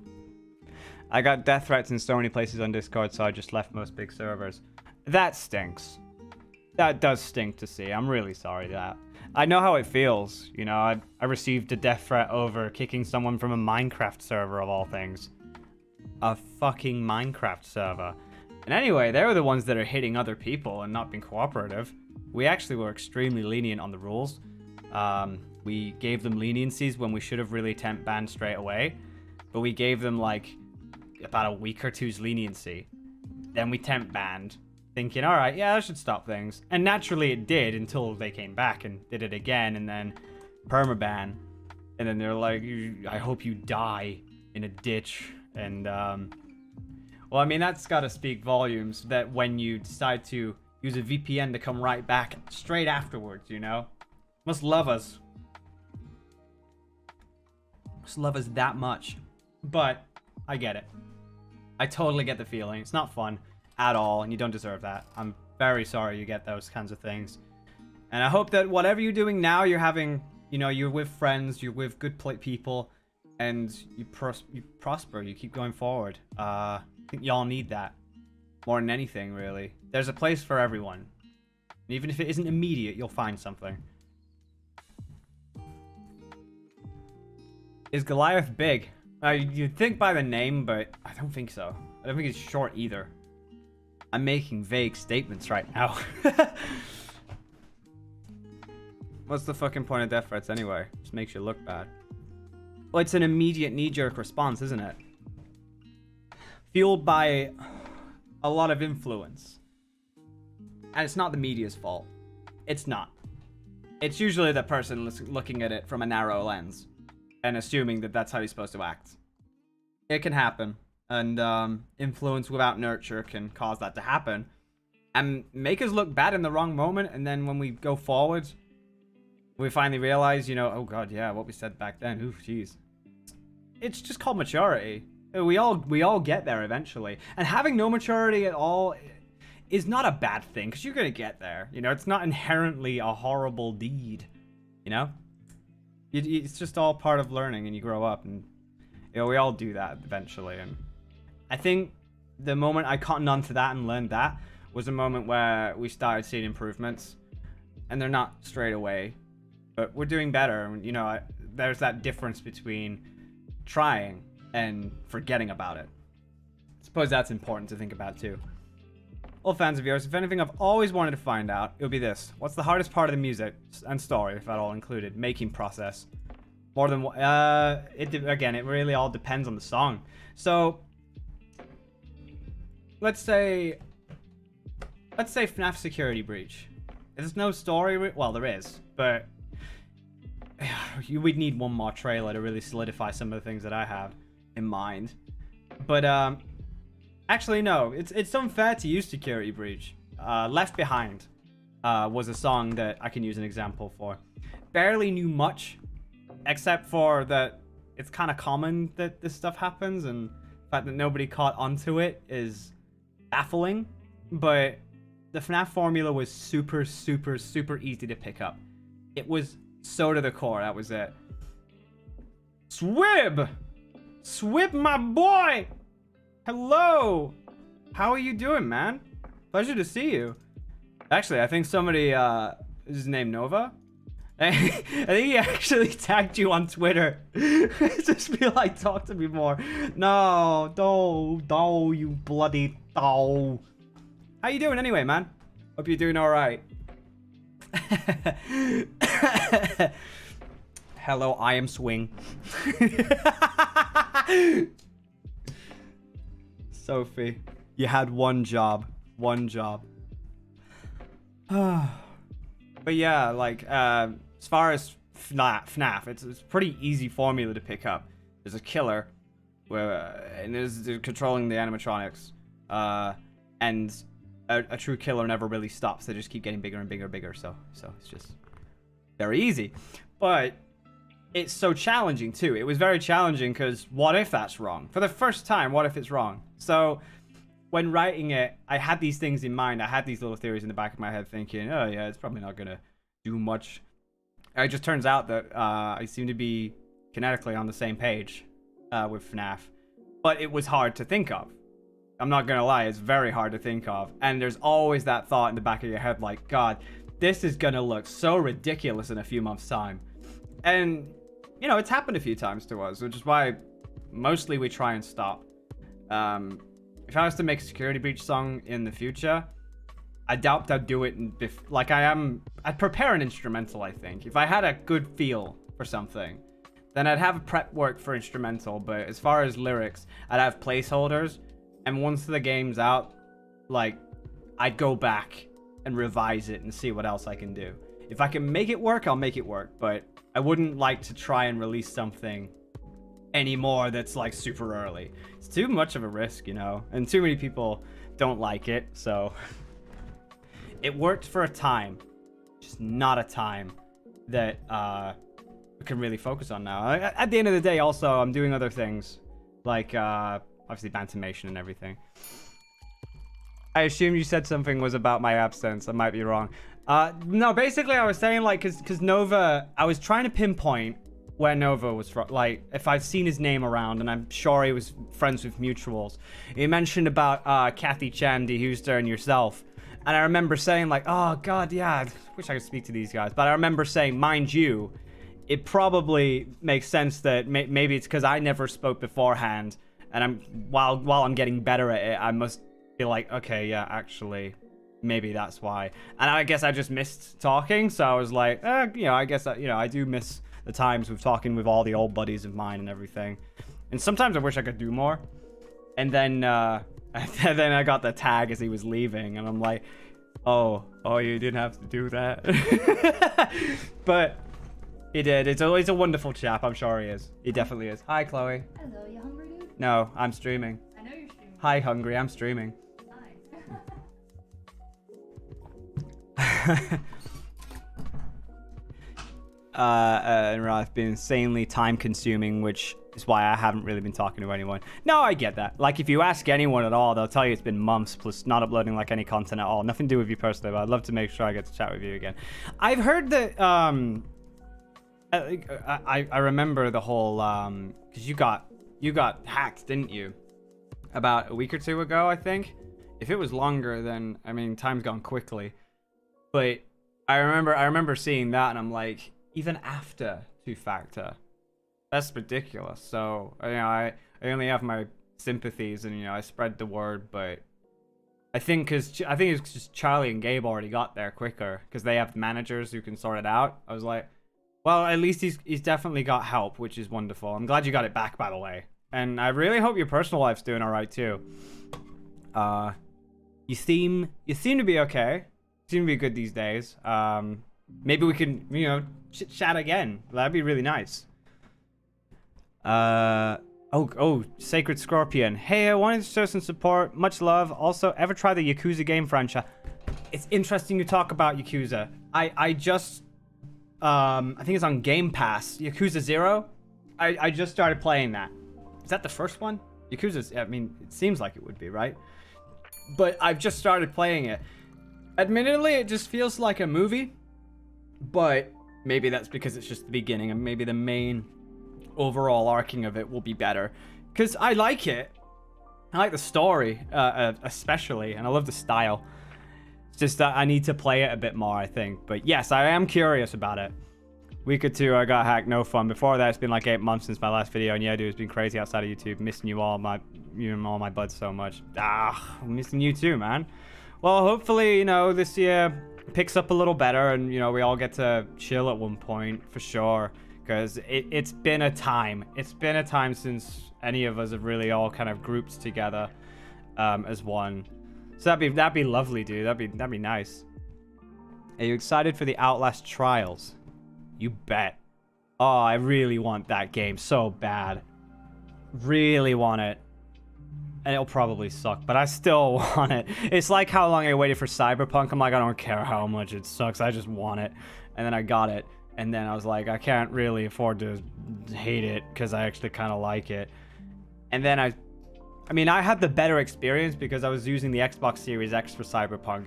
That was arguably the best experience you could have for Cyberpunk, apparently, because the PS5 and all the previous gen consoles were the worst, I think. PS5 wasn't too bad, but it wasn't nearly performing as well. That's only from what I heard. But the PC one seems to be alright, and they care, so they're releasing patches. So I admittedly did get up from sleeping to pee, saw the tag, and hopped in. Did you finish? I'm surely that sounds like I am holding my pee for this. Hold my pee. But still, yeah. No, it's cool, man. It's cool. Are you planning on playing Dark Deception? No, I don't plan. I plan on playing is it Monsters and Demons or Monsters and Beasts or something like that? That one's fun. I feel like that's great. But as far as the main Dark Deception games, it's too RPG for me. I don't think I could handle it. It's too random. So it's like, I remember trying the first chapter and Lord knows I couldn't do it. So I just didn't want to spend a second episode trying to beat that, knowing I just wouldn't be able to for probably about 3 or 4 episodes. So I'm like, nah, screw that. I've been a fan for a long time, and I love the stuff you make. Have you ever played a 12-string guitar? By that point, that's like a sitar. At one point. I was gonna say it once and once only. Since you're on the topic of games, this new FNAF game is gonna be great, but way too many people are overhyping it, in my opinion. I don't think they're overhyping it. Compared to most games on the market, it's actually, like, it may seem like it because we're inside the community, but, like, actually, it's not the most talked about game, really. I think arguably the most talked about games are probably Resident Evil, Halo, Cyberpunk, right now, Doom, you know, all these games, and Mario. But FNAF, if you really put it into perspective, it's still talked about a lot, but yeah. Oh, I got a donation from Phoenix GM 100, $5. Just want to let you know you're one of the major inspirations for how I work and animate. Same with songs, so thank you for everything you've done. Thank you very much, Phoenix. That means a lot. It really does. We'll keep going for as long as possible. Humarian with a 10. Can't leave you hanging at 190, so here I have 10 left to 200. You've donated 200 to this stream. I don't deserve you. I regret nothing. I do hope it helps you. I really do want to give a great life. Want you to live a great life and enjoying creating your wonderful music content. Once again, thank you so much for being there. Dude, I couldn't leave. Like, I have bad days. I have shit days. Everyone does. Arguably, I probably have a lot more than I should. And maybe it's because I'm delving into the wrong places. That's why I've stepped back. But, you know, knowing me, if I had an opportunity to make a song and I wanted to make it, it just happened right there. There's nothing stopping me. I'd want to create. So that's exactly what I'm going to do. Use the opportunities to make music when I feel like it, not when the algorithm depends on it. That's how I always worked. I feel like adding the pressure just makes for less quality rather than quantity. So, what was your favorite track for Jaws of Dawn? Beast with a Million Jaws, I think. Either that or We Stand in a Line.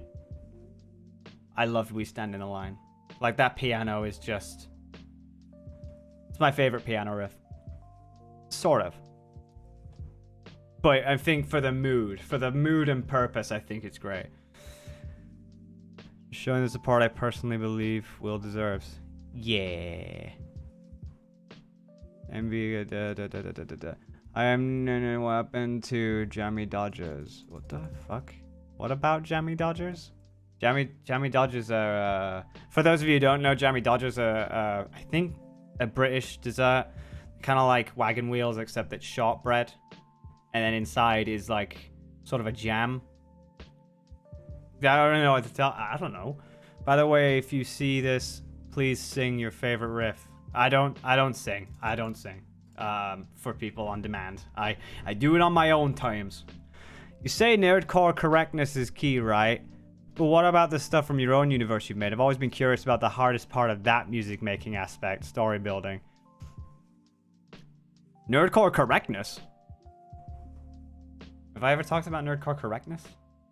Or have what I've said involuntarily spoken about. Nerdcore correct. I guess I've never heard it phrased that way before. What about the stuff from your own universe? I've always been curious about the hardest part of that music. Didn't I already say it? It said, No, I haven't actually. I've said there are some difficult parts, or I've said there are first parts, which are varied, but the hardest part for me is electronic music, I think. I can't really... My specialty is in... What's that? That's the word, rock and metal. My specialty is in those, whereas electronic music is far from my specialty, so it takes forever for me to think of an electric beat. I start off with a piano riff, but then just finding the right sound is difficult for me, so I guess that one, which then demotivates me. I have finally peed! So just thought you'd know. Just wanted to assure you all as well of you and me, and hugs and kisses. Gotta go back to sleep. We'll catch up soon. Yeah, get some good sleep, dude. Have a good one. And you will definitely catch up soon. I really need to speak more, man. So definitely sleep on that. Speak soon, man. What's your opinion on fan-made iris? Fan-made irises? What do you mean? Like people drawing the iris emblem? Because, I mean, you can draw the iris, that's cool. But, you know, it depends, because people like to take stuff seriously and, like, really put it out there. When you put anything out there, it starts being serious. You know, like iris. It could have been just a simple random project, but once you put it out there on the internet, it kind of becomes property. So, if you're talking about people just taking the iris project and ripping it for something, then I mean, you know me, I don't like rips. I like to keep the foundations normal and original. I think inspiration, and he said infrared. Inspiration is far more different than theft, and they get miscommunicated a lot. Inspiration is having a little feeling from something and then making something for yourself. Theft is having that feeling because it came from somebody else's work, then taking their work and then putting it on the palette and reorganizing it, that one piece. That's theft. At the end of the day, that's fake. It's just disingenuous. Whereas I prefer people having a feeling for what they do and being able to have many different inspirations. It's why I ask people to be more diverse. Like, Iris isn't the only band out there. There's so many other bands that people are missing out on. And I say missing out on as if it's the nicest thing to say about other bands. They have so many cool things. And I think exploring that is great, especially for inspiration. I think it'd be wonderful to see how people come up with things when they have all of that on their table and they get to take little bits piece by piece. Eventually, you might not even need that anymore. You can kind of think of your own thing. Iris, for instance, like, it was inspired by a lot of different things. And then it kind of made its own thing. And now, it's so founded that I can kind of think of my own thing without major inspiration, without having to think too hard about looking at something and going, I could maybe think of something kind of like that. No, I can literally look at things now on a plate and go, I don't need to think of shit. I know my universe, so I can make it, because I've made it that unique from the platter. So when you make something unique and you have your own foundation, you can make your own foundation stand. Whereas if you're pickpocketing from other people, then you're basically following their journey, which basically, you're never going to be as successful as that original thing. It's just not happening. You're never going to be as successful as that by doing all of that. In order to be successful in that industry, you kind of have to be original. And by taking other people's things and just focusing and honing in on that, it's a losing game, really. And the views that you would get are from very disingenuous places. So no wonder, like, creators, when they do this, they end up feeling depressed, they end up feeling moody, they end up feeling kind of shitty. It's, you know, why would you want that for your career? Why would you want to feel shit? Instead, you could avoid all of that by making your own. I guess that's the way. I guess that's the way to do it. How strong is a Goliath and what makes him so strong? That's telling the story. I ain't telling you shit. Resident Evil Village has me pretty high. There's a showcase today at 10 o'clock UK time. 10 in the evening UK time, which is 5 in the evening Eastern time. I'm excited. I've been waiting for that game. It seems cool. I really am excited for that. What movies are you excited for? There's a Godzilla versus Kong happening. Is there? I haven't heard anything about it.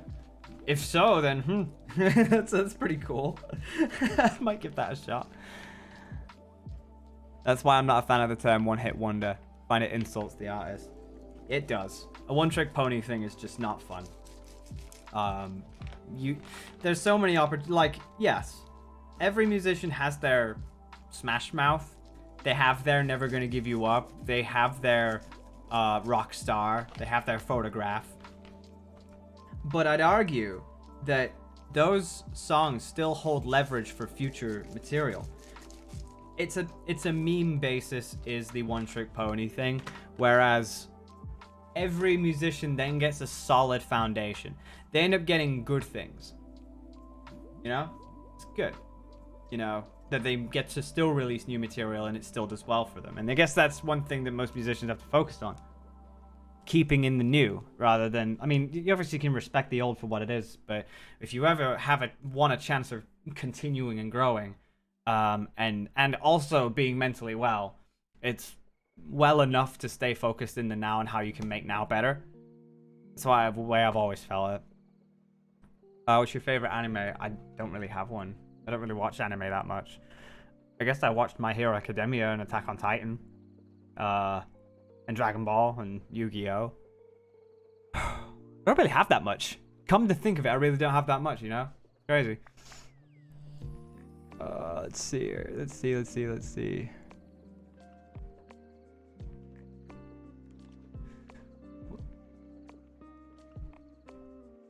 Was the bridge in Mother Hive supposed to be a different song, or was it always a part of Mother Hive? It was always a part of Mother Hive. Definitely always a part of it.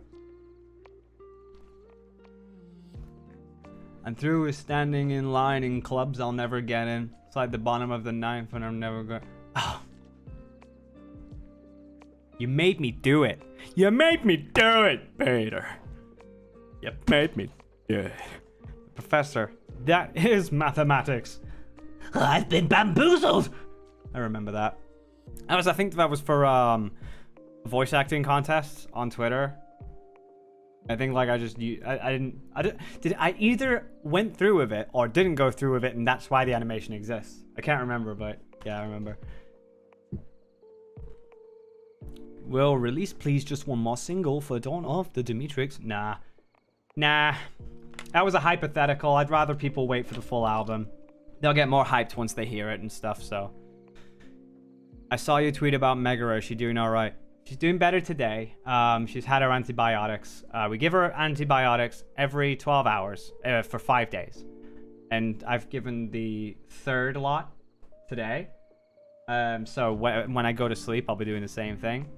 And then should be good. How's the weather? It's British. If that doesn't explain anything, it's a piece of shit. But, yeah, I'm used to it. How many controllers did you break during the whole getting over it? Not a single one. Actually, I was okay. I didn't get as angry as the videos. Remember, videos are usually showmanship. Whereas it took getting a new mouse. It took getting a new mouse, and it's a lovely little mouse. It did wonders. And there we go.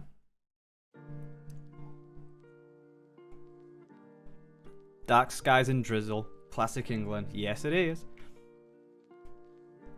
Getting over it. Yeah, if you apply the right zen to getting over it, things get better. It can be a rage game, but I looked past it and it felt like anything I could have blamed the game for was actually my fault.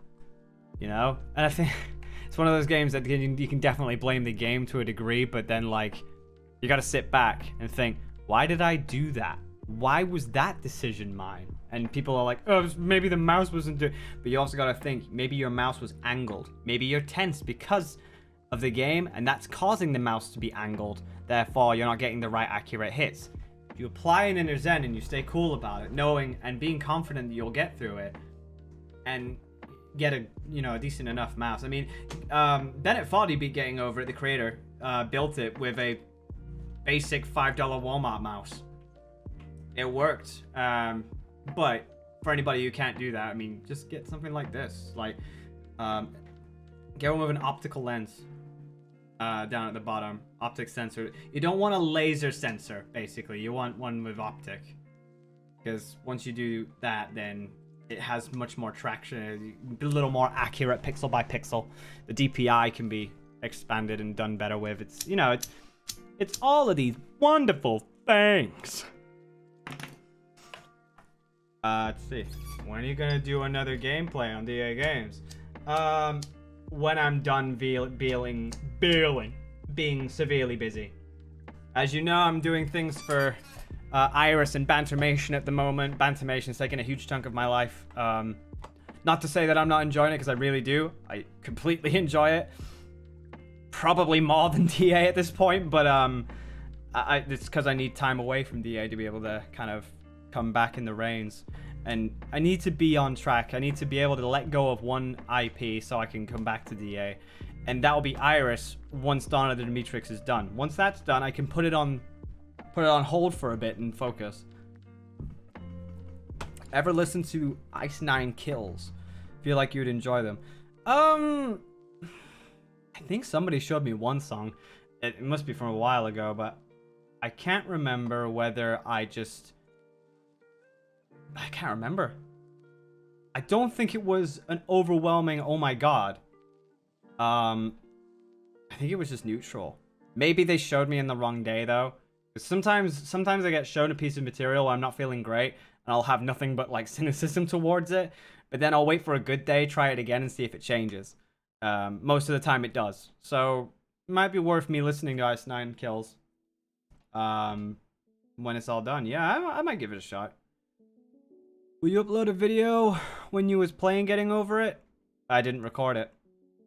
I could record it again and try again, but what are the chances of me actually doing it again in one video? I haven't played the game in so long now that I don't know. If you played the Tomb Eternal DLC, I still haven't, and I need to, so I'm going to. I'll find a day to do that, but it's just because I've been really, really busy with these projects. I suppose with Bantermation, now I can play more games, because if I'm doing a parody for something, I need to know about it. So, probably worth me investing in the Ancient Gods DLC. That'd be cool. Part 1, at least. The rage will ensue again. What about the time you destroyed a box over it? Showmanship. 'Tis funny. Wasn't you angry when you was playing this game? Yeah, showmanship. It's very funny. Maybe stream the DLC. Could do. Maybe not on here, but possibly DA. Yeah, I mean, we'll see in the future. Would be nice to. Since you haven't given a house tour, I have pictures of your house in a slideshow. By the way, you don't have to give a house tour, do what you want. I have pictures of your house in a slideshow. You mean ones that I would take personally?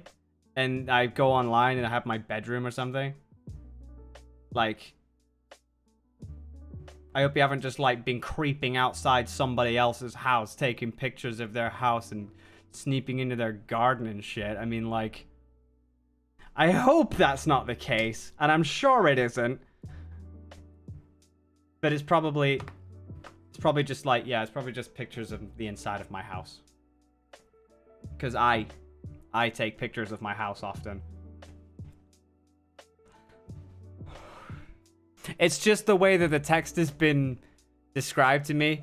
Remember, we all interpret things very differently. I interpreted that as, I'm outside of your house. I'm outside, I'm taking pictures of your But no, don't worry. All bands. Yeah, I'd post a lot of pictures of my stuff on Twitter. What's so important about my house? Why would you need to know about my house? This isn't MTV Cribs. I don't exploit my house. I keep that to myself. I mean, the only thing really most people should see is stuff that's on camera, like here. This is the main room that everything farms inside, you know. Has Steele begun work on the album? Yes, he has. He's been working on it for about I want to say about 2 months, I guess. He's been working hard. He's got a lot of other commissions on the side, but he's excited to do the Dawn of the Matrix stuff. I imagine he's excited for a lot of things he's doing, which, you know, definitely if you have excitement for all these things and you know, file work for it, which is really cool. But he's working on his thing, and I can't wait to see what he comes up with. Like, I gave him the concept. I gave him, you know, the rundown of what I wanted and stuff, and really adding it all up. There's a lot that's going on, apparently. So, yeah, we'll see, because it's quite big. You said you'd reveal the insides of your fridge if we hit 7K. Is that still? Oh, yeah, I did, didn't I? I did. I remember now. Look, I'll post a picture after the stream. I'll post a picture of the contents of my fridge. Don't be surprised. It's got nothing in it. But I can put something in it if you want. Is that cool too? I just remember that when I said it. I remember feeling absolutely ridiculous. Check out the sunset. Must be on the wrong side of the house, because I could see a bit. Wait a minute.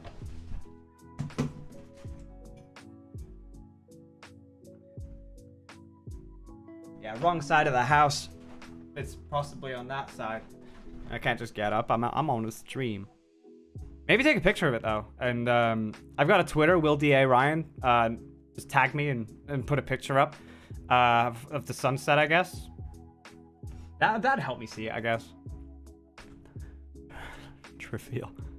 God damn it. Whoa, Will has a window. Yeah. It's always felt like YouTubers are just in boxes. They have no holes in them. Probably why they're so diluted. Oh god, yeah, maybe that is why. Maybe that's why they end up doing all the crazy things they do. They've got no air in their room. They've got no holes in the walls to be able to get that ventilation. They've not got any supplies. They have to stay in. They don't get vitamin D. They don't have holes in the wall like windows. They'll get enough sunlight. Suffocated. Oh my god. Hashtag give YouTubers windows.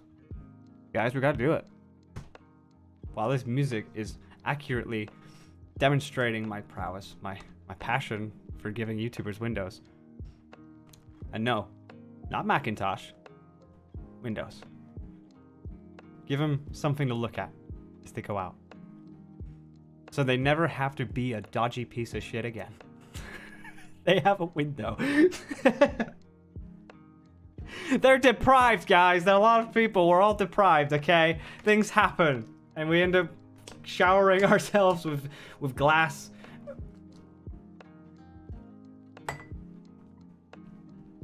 This may be the only window they have. The window to life. The glass that they look through, the window of possibilities, is a world that's not real. It's a world that exists purely in here. They spend most of their life in this that they forget to go outside. And that's where they go when they die. They get off of social media and they live their life in the real world. And you know what? It's probably more peaceful too. Talk about hell being more peaceful, that'd be crazy. And the music stops as I stop. Okay, cool. Right, that was... I don't know if this guy is watching my streams, but that was too good of a time. Give YouTubers windows. Yeah. That's it. If YouTube was Windows, fucking. Anyway.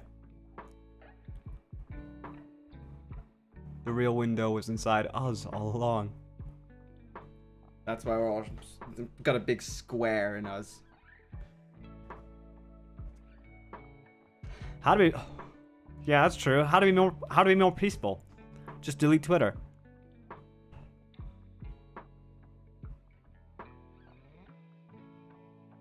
Yeah. That's the way life should be.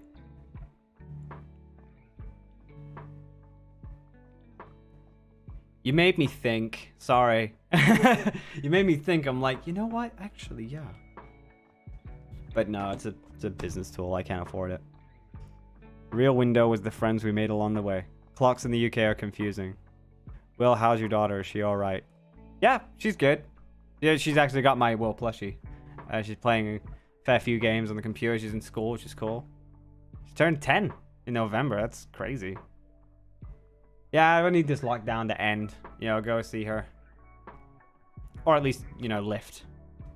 A national lockdown is, you know, it's hit us all. It's necessary, but it hit us all. So, you know, it makes us more excited to go. You know, that's kind of why I feel there's a lot of visceral these days. You don't know my theory about 2021. We all made this theory that the world was going to get better in 2021. I think January is just the beginning. There is going to be more. However, one thing that a lot of people are failing to realize, and I think this would help for hindsight's sake, is that all of these things that we've bottled up during the lockdown, they're all lessons only for the lockdown, whereas we're probably only ever going to experience one pandemic in our lifetimes like this. I mean, I'd be surprised if there is one that comes up soon, then there's really something up. But, you know, the last time we had something as major as this, centuries ago, right? Quite a while, quite a long time. And in that time, I remember, it's the Great Depression. No, I don't remember because I wasn't there, but like, remember hearing about it in history. We had like mass depression and bottled up things. And as humans of today, we have a lot to bottle up. We bottle up this stuff inside because we can't go out. All the things that we usually have as an outlet is now replaced by this. Unjustified anger. We end up getting that.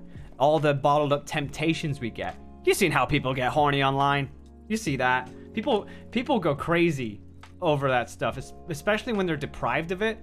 It gets ridiculous. And there's nothing worse than having it bottled up. So this is why I reckon 2021 is going to be the year of irrational decisions. People are going to go out, and when you bottle up something, it's destined to pour out and make a mess. So I imagine the social norm is going to be like that. We're going to start seeing that shit happen on a regular basis. We're not out of the woodworks yet. I imagine conventions will be a lot more tense. A lot of people think going to a convention, you think, hey, yeah, a convention, we all get to meet our friends, yeah.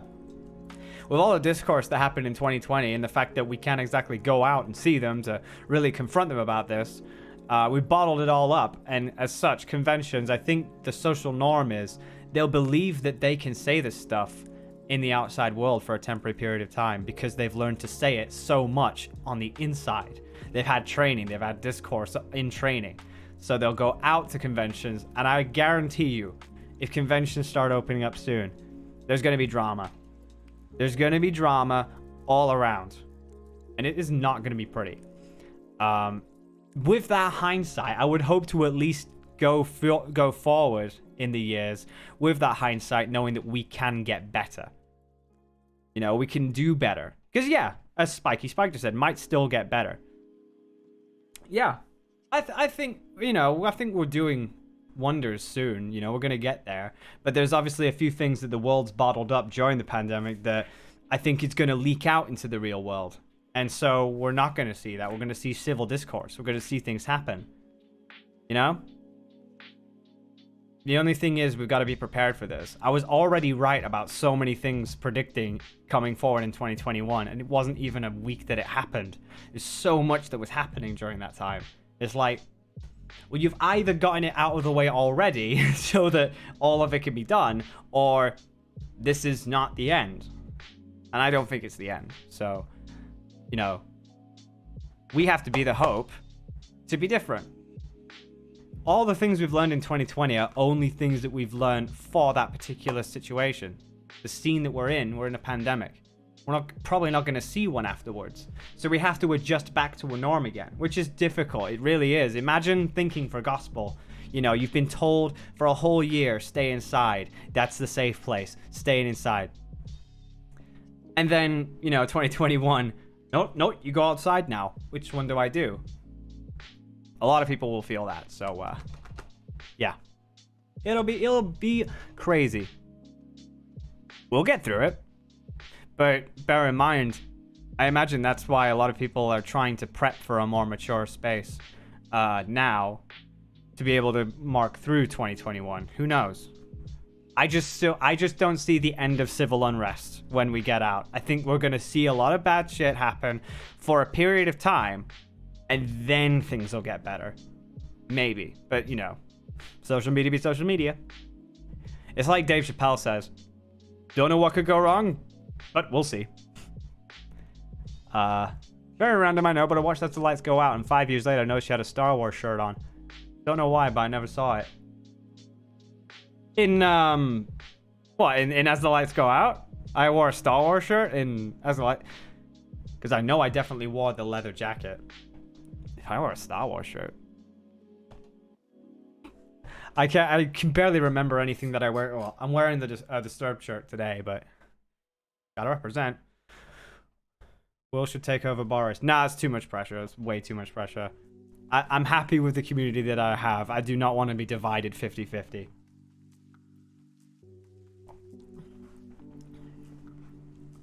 Why isn't We Go Under on Spotify? Blame DistroKid. I'm hoping to do some form of remaster of certain songs, and maybe those ones that weren't on Spotify will get rectified by putting them up. We'll see about it. And anything special going on in your life? I mean, I'm making videos. Damn, no, really, I guess not. Nothing amazing, but it's fine. You know, I'm happy just living the simple life. It's all cool. Yeah, I wanted to do voice work for a movie. Oh, you betcha. I'd love to do voice work. It'd be amazing. I love that shirt. It's a cool one. It's Asylum. I think it was their Asylum. No, it's not their Asylum. No, it's not Asylum. It's just a normal Disturbed shirt. I think those are all the releases of each album at the top, and then a nice little shirt to go with it. Never made it as a not reading it. What do you recommend to the seniors who are graduating this year? Seniors who are graduating. I mean, I've never had to graduate during a point in a pandemic like this. I've graduated without the pressure, but it's obviously a different time, isn't it? Everybody's had to work from home. Everything's crazy. Which I guess knowing that, it's really been a challenge for everybody to graduate and really prosper in life with all of these pressures. But I tell you one thing, if you can prosper through those pressures, you probably have a lot more progress for you than most others would have ever gotten. If you can overcome those things, given all of that stress, that's pretty cool. That's like a monumental obstacle course that you went over. That's a really cool thing. I think, I also think for those who are dealing with it at the moment, dealing with trying, it's easy to stress. Easier to stress than calm down. It's easier said than done to calm. But I mean, I suppose given that it's pandemic, most tutors probably understand in a way. But it's been long enough where the tutors have worked around issues, where they've turned around and been like, okay, this is how we're gonna do our life. So I guess it's more so like it's as you're running in life, but now you're locked up in a house. I would recommend try and stress less. Use the time that you have at home to research and study things, and revise a lot more than necessary. Because now with all the free time in the world to stay at home, we can use that free time wisely. We can use it to not only do the things we normally do, but revise at home too. Giving you a bit of a handicap, actually. It gives you like an extra golden ticket, which helps. Ultimately, this is stressful. It is, but you'll get through it. Just pile on through. And know that when you do, not if, when, you gotta prepare yourself for whens. Because there is more of a chance to be able to do that. When you do, just think about the many others who have graduated in a normal circumstance.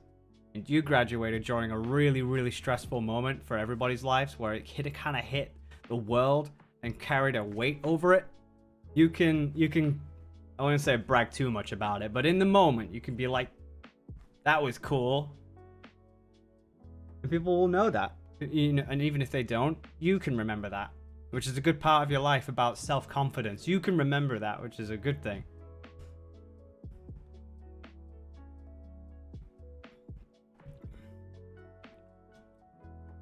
Don't like being locked up in the house a lot. Just being the same all the time makes me want to do a backflip in the news. Like, okay, that's a bit dark, but I mean, you do you. I've been dealing with it all right. Yeah, I'm not feeling great about it, but the times that I don't feel great about it, I just work, I guess. And if not, I'm gaming. If not, I'm spending it with loved ones, like online, like my friends and my fiance. You know, I get to speak to my family too, which is wicked. I know you're joking. I know you're joking. It's just, I'm not really into that kind of humor. I'm not into kind of the whole like death jokes. I mean, it depends. Like you want to kind of garnish that stuff. You never want it to be like full. Maybe I'm just reading into it, but I get a feeling in my chest and it kills.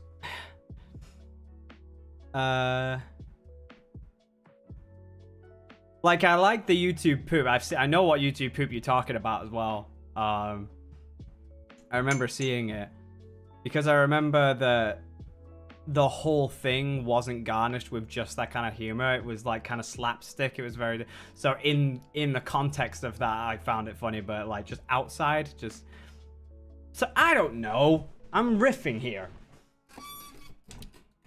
I love these inspirational moments with you. You always give these it's gonna be all right vibes. I hope so. Sometimes my advice isn't, I mean, it isn't. My advice isn't always gospel. It'll never work for everybody. I guess just knowing that then, don't just take my word. There's several others who have that word too. There is confidence out there. Just need a... That's how people's stage frights get worse. Stage fright? What are we talking about? Take your time to overcome it. You don't need to try to get over it as fast as you... What are we talking about here? Making a debuckling relay right now. It's fun to develop. That'd be smart. I'm just pretty nervous when it comes to singing for others. Oh, okay. There we go. Okay, I'm getting it now.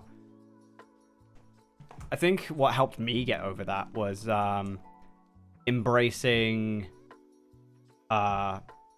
mistakes. Take a look at some of my live performances, for example. I do some of those. Whenever I've like screwed up on something, I make a joke out of it. Little riff. I don't over-exaggerate. I don't even know words. I don't over-exaggerate. I don't like overcomplicate my emotions over it. It's like if I'm singing, it's just like, fuck it. And then I'll like maybe riff on it or something. Maybe I'll just, it's all about the self-awareness factor of knowing that like a live performance is always going to be just a live performance. When it's your own personality, I suppose that works. Knowing that you can make mistakes is cool. And it's just, yeah. Like, I do that all the time. Like, I always end up having these little errors that happen. I riff on them. And what's better about it, people laugh. When people laugh at those things, that's better than watching somebody, like, say, it's like, you mess up in a lyric, and you're like, stop, everything. Stop. I'm sorry.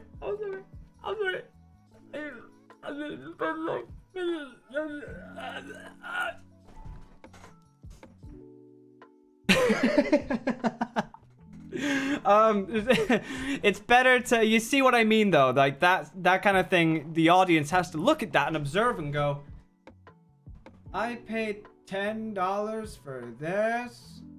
Oh no. Some people get angry, some people get annoyed, some people leave. You know, it doesn't make the situation worse. Sorry, it does. It makes the situation worse by like excavating that kind of feeling. So being able to laugh at your mistakes and sort of embrace them is what makes audiences go, they're self-aware, haha. And it feels like a community involvement then. That's like a live experience that people get to share some mistake with.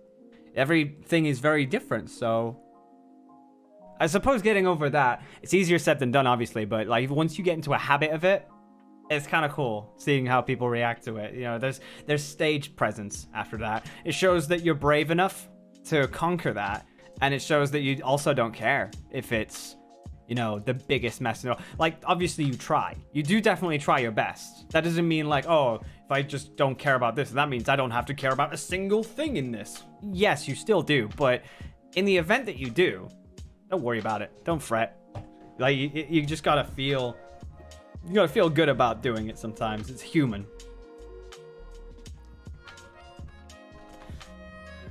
But yeah, being self-aware is definitely something that audiences, they do relate to. Hence why they laugh, you know, hence why they probably stick around, because they're like, that energy's there and there's that self-awareness. Like, you can't decide then whether you're at a musical show or a comedy.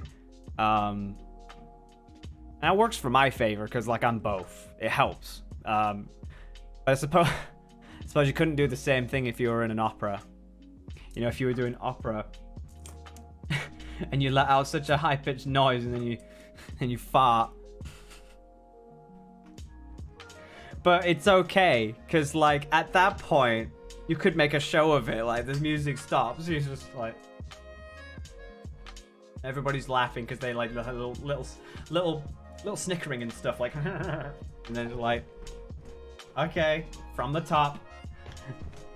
I don't know. I guess I'm just less careful about live performances in my profession, because where I make up for those mistakes is make up for showmanship, which you can, but something like yeah, it just happens. It makes you feel more human instead of just a robot. Yeah, you don't want to be an algorithm. You really don't want to be an algorithm. I mean, it's safer, it's easier, but like, even then they have flaws. So many. Mostly social. So, that's the thing. If you can't laugh at yourself, you probably shouldn't laugh at others. Well, yeah, I don't think you should, like... There's the innocence of laughing at others, but there's also laughing with. Even if you can't laugh with yourself, you still can laugh with others. You can still, you know, if they've made a joke and you laugh at the fact that they are self-aware, etc., you laugh and all that. You're allowed to be offended, that's okay. It's not always gonna land. But this is how I feel like joke etiquette should be. Joke etiquette, I feel like it's not enough just to laugh at your own joke. It's not enough to do that in a social climate. If you're laughing at your own joke, you're not exactly looking about how others would feel. I feel like the impulse is too quick for most, so they just say whatever's on their mind without a care, and then it goes out and so many people get offended. And then they're like, it's just a joke, it's just a joke. It's a joke you didn't prepare for, you dipshit. It's a joke that clearly a lot of people aren't happy at. Take the L, try again later, you know? And I say try again, meaning like you're not doomed. You're not like, your whole mentality is not judged by one singular sentence. I'd hope that's the case, because too many people do that. But, you know, try to think before you type, or at least press enter. And, you know, you laugh, but then you have to think of all the possibilities that everybody would think of. And then when you think of that, you also then think of the contingency. The contingency that you think of that can get them to change their mind instead of just, it's a joke. You have to really take care in social environments.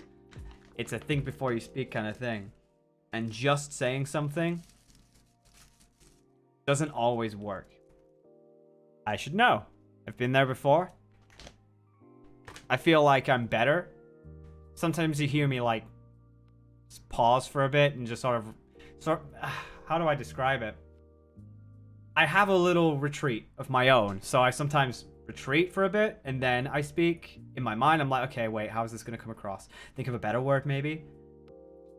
Then the malintent is not there. There's only intent of trying to get a conversation started, something that doesn't hurt. We all have a knee jerk, but you know, it's trying to manage your knee jerk.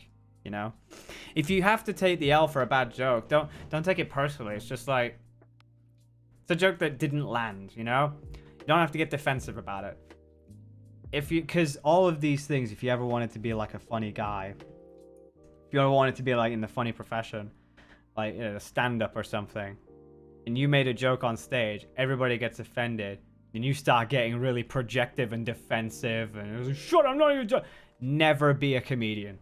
If you're gonna be like that, never. You should not be allowed to be one. If you get to that point, you should have like, you know, most comedians, they do warm-up shows before their big tour to see what jokes don't work. So they'll probably have like a large session with a lot of jokes that they've made, and they'll see which ones don't land very well. They'll probably cut off that joke for the main tour, so that when the main tour goes out, they've found this out, you know? Not all of them do that. Let's see. I'm gonna put you in timeout, friendo. Gosh damn. Some people really like to treat musicians as jukeboxes. I'm just saying. That's the one thing that hasn't changed for me, I think, is understanding I'm human. I think is the one thing that hasn't changed. I am human, and I don't wish to be treated like a robot. I think that's the one thing that's been fine. You know? What out of the many things that have been fine, I think that's the one thing that I've kept true to me is I'm not willing to be treated that way. Oh hey Ruby, how you doing? How you holding up? Jokes aren't funny. It's death, tits, 9/11, natural disasters that are truly funny. What is wrong with you guys? What's wrong with you, friendo? Do you need a therapist?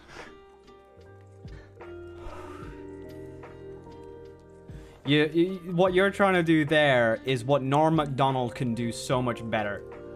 he has that sort of thing that, you know, makes you think about like, oh wait, he's twisting us in another way, but you didn't do anything to twist in the other way, you know?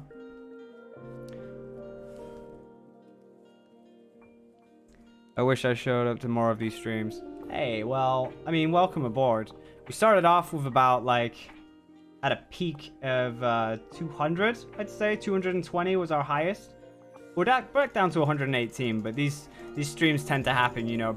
We advertise and then it goes down because people have to leave, people are busy, and all of that. So hi, I mean, welcome. I mean, we're probably going to end in like probably 15 minutes or so. Have a good one, Sophie. Hope you're doing good.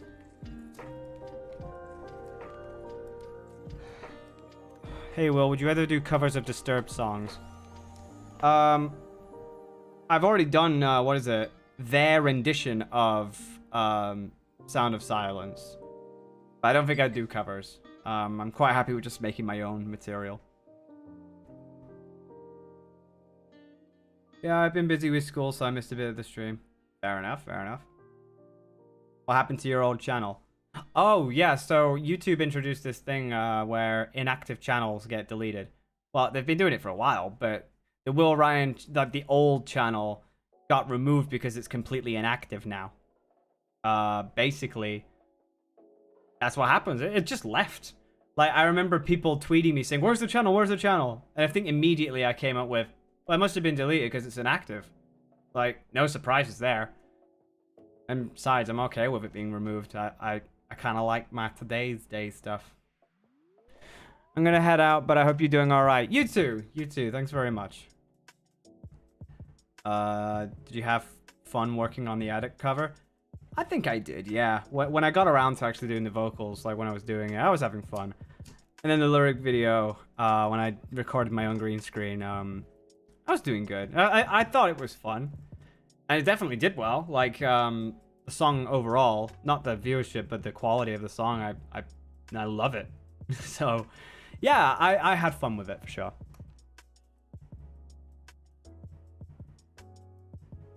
When are you planning on doing another chill stream? Not sure, really. But I will say this, like, the main premise of, like, this stream was just to catch up and stuff. So I guess it's worth mentioning what we do have planned, the things that we do have completed in one lump sum. So DA games, we do have more nerdcore music in the works. We have Let's Plays on documents, but we haven't recorded them yet. We need the motivation to be able to do that. The shitpost song in March. We're hoping to cross-promote Bantamation with DA games, so, you know, we'll see about that. Iris, Dawn of the Matrix's basic album is about 99.9% complete, so that's cool. But the deluxe edition still needs working on. We're scouting for lyric video people to work on some stuff for us. And we can't give a release date, but we do have all of that to look forward to still this year. And I wouldn't think it would be late this year either. Probably sometime earlier than later, basically. DW Daily.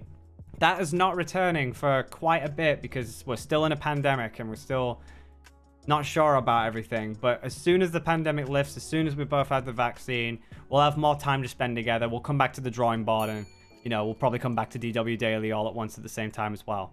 Because that will be a good bonding mechanism. That has always been a good bonding mechanism. So it's definitely not off the table, but it's there. And Bantamation, still videos every week. We've got all of our videos secured until at least March. So we're just going to keep making stuff. The next thing we have is the Minecraft Boomer vs. Zoomer full song, which will also be on digital stores. We have after that Dead by Daylight, and then whichever one is on the schedule will be pretty sweet from there on. Also, Machinabans episode 3.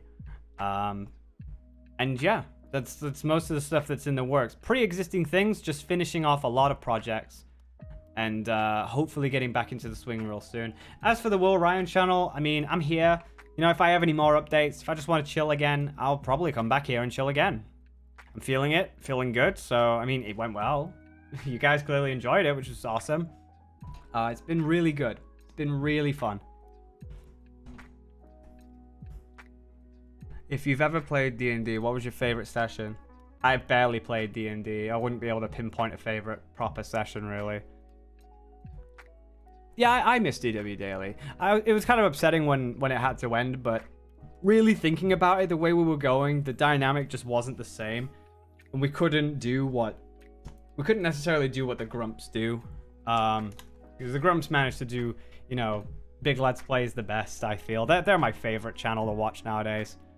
But DW Daily, it could kind of afford to go on a setback because we didn't really have a following that much. Really, we didn't have that much at all. We were kind of flopping. But it didn't matter for us because, well, that was just something that we used to come together with. It was like the least professional thing in the most professional environment. So, you know, it was kind of fun. It was good.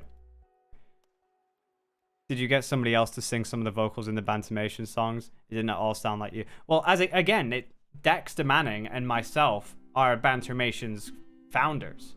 You know, it's Dex. Like, Dex did the rapping and I did singing.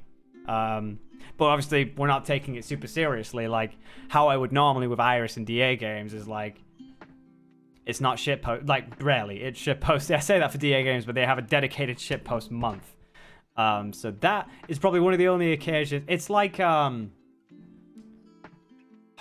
Lent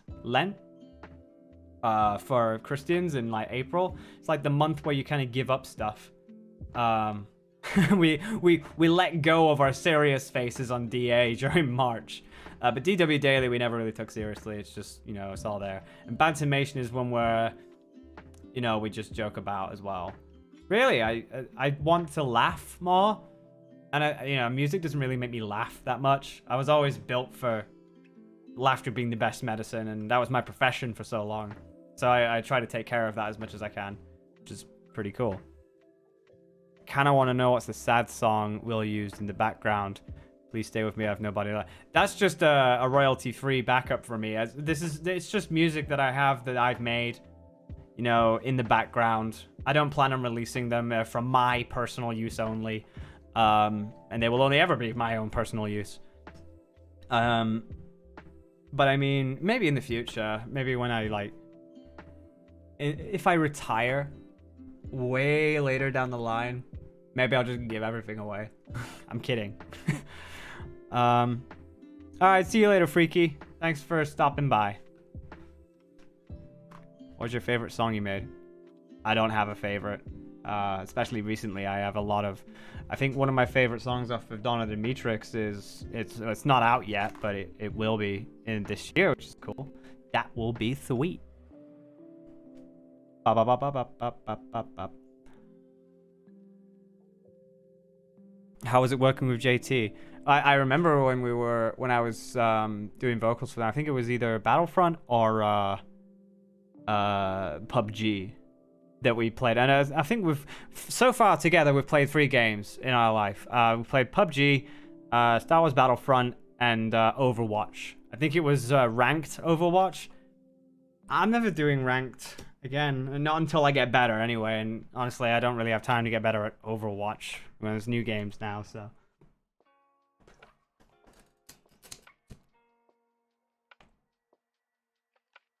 I love Heart of an Artist personally. Hey, that's cool. That's good. YouTubers retire? Yeah, we're allowed to do that. Honestly, you'd be surprised how many times I've wanted to retire. I just wanted to drop everything because, like, you know, I want to think innocently in life. I don't want to be seen as a malice person or an ass or anything like that. I know I have theories and beliefs. People can disagree. I think that's mature. I think that's great, but I never like to be seen as a malice person. It's never in my blood to be extremely malice. If anything, I say stuff with a lot of love and passion in mind. It's never to do with like hating someone. So I guess, you know, having that over my head for so long, it's felt like, you know, that's the label. So I'm like, I think I'm just gonna, you know, maybe dip. And I've been thinking about that quite a lot. I remember last year I made a video saying, like, would I retire? And back then I said, like, no, I don't think I would. And yeah, a year later, it tested me. Every time I have some form of belief, life likes to test me, it seems. And I don't like being tested. I like to just have my life and live it and be carefree, but I guess you can only have that in the real world. So when I look at the real world, I think, you know what? Maybe it is better just to stay offline and just be in the real world again. It's much calmer, safer. I feel like locally you can speak to people better. There's a lot of ups with that. And as I go further down the line in the years, I think of YouTube and I think, what are the ups of being a YouTuber? It's just a job like any other. But it's also an outlet for me. It's also a passionate thing for me. It's always something. It's also benefits others when they're feeling down. It's a kind of an obligation. So, you know, I feel good that that sort of thing could be put out there in the real world, you know? It's really good. I love it. I was actually in a real tough spot earlier this month, and the song You're Just Making Us Stronger really helped me get through that dark spot. Yeah, I remember that song was specifically about the things that come our way. It's basically what doesn't kill you makes you stronger. It's like all the visceral that happens, it's like you're giving attention and visceral to somebody who's not really malice. You're actually kind of making them stronger because, you know, they become numb to the feeling of it, and they're like, oh, I don't give a fuck what you say anymore. Like, it's not as bad as it used to be, and I actually have used that time more vicariously. I've lived vicariously through the art and medium of music and other people who have influenced certain phrases that would give you a lot of logic and dialect to run off. You just end up feeling like the next time it happens, it doesn't get any worse. You just cope better with it. So yeah, that still stands strong today. I'm actually kind of glad, you know, Half an Artist and pretty much any music from Iris has stood strong today in its meaning. And that's why I think about the meaning, because I don't want it to mean nothing later down the line. I want it to mean something. So I'm glad it still holds up. Because it's always a challenge. Is it gonna work? Is it gonna be something I'd listen to 6 years from now and think it still stands? Can I use it? Yeah. It seems like I still can, which is awesome. And seeing other people be able to use it too is cool. That's awesome. Is it weird that you and Chris sound incredibly similar? We've been known to speak similarly, yeah. I mean, I've hung around the dude for so many years. He's my good buddy. He's one of my best friends. In fact, he is the best friend out there. It's a shame that like our sleep schedule's been kerfuffled, and sometimes my personal life's not been great at the moment, but I still consider him like my brother, you know? So in that regard, I feel like, yeah, we've been given that association, to be fair. But his is a little more like, his is just a tad deeper. I can put on deeper, but, and also I have the British stuff and all that. But, I don't know, I guess that's why, you know. You guys make your thoughts. I personally feel like they're kind of valid. So everyone who's reading this, you're doing great. I'm very proud of you. You'll get through everything because you already have gotten so far. Yes, and to add on to that, anything that is coming your way is only making you stronger in the process. Take it from me, somebody who's still going through problems, and the next time a problem arises, I stop caring. Maturity. It's putting care where it deserves. You know, you don't stop caring about everything. It's human to care about when something happens. So when you have something and, you know, it's real criticism and, you know, an audience has spoken, you know, you want to sit back and feel like, oh God, okay. Yeah, I mean, I should care. I should care. So take this seriously. But it's how you care. Do you cry in a puddle? Do you get anxious? Probably the first few times, I imagine. Like, it's normal. I feel it. I've felt it. I've stopped work for months because of it. Sometimes I get completely out of commission over what? One tweet? Tweet is the reason why. Twitter is the reason why I'm funking down? Shouldn't be. It's just a tweet from a stranger who probably doesn't know you and saw you through a minimal lens. Or decided that the one time that they disagree with you is their gospel for you. You gotta wonder in life then, is it worth it? Taking on that one singular responsibility, which, mind you, is always gonna be subjective and objective. It's not factual, it's belief. And everybody is entitled to one. I think knowing that people have the right to leave if they disagree with something is important. And learning what you can do better based on your own life circumstances is very important moving forward. That's what's helped me. You know?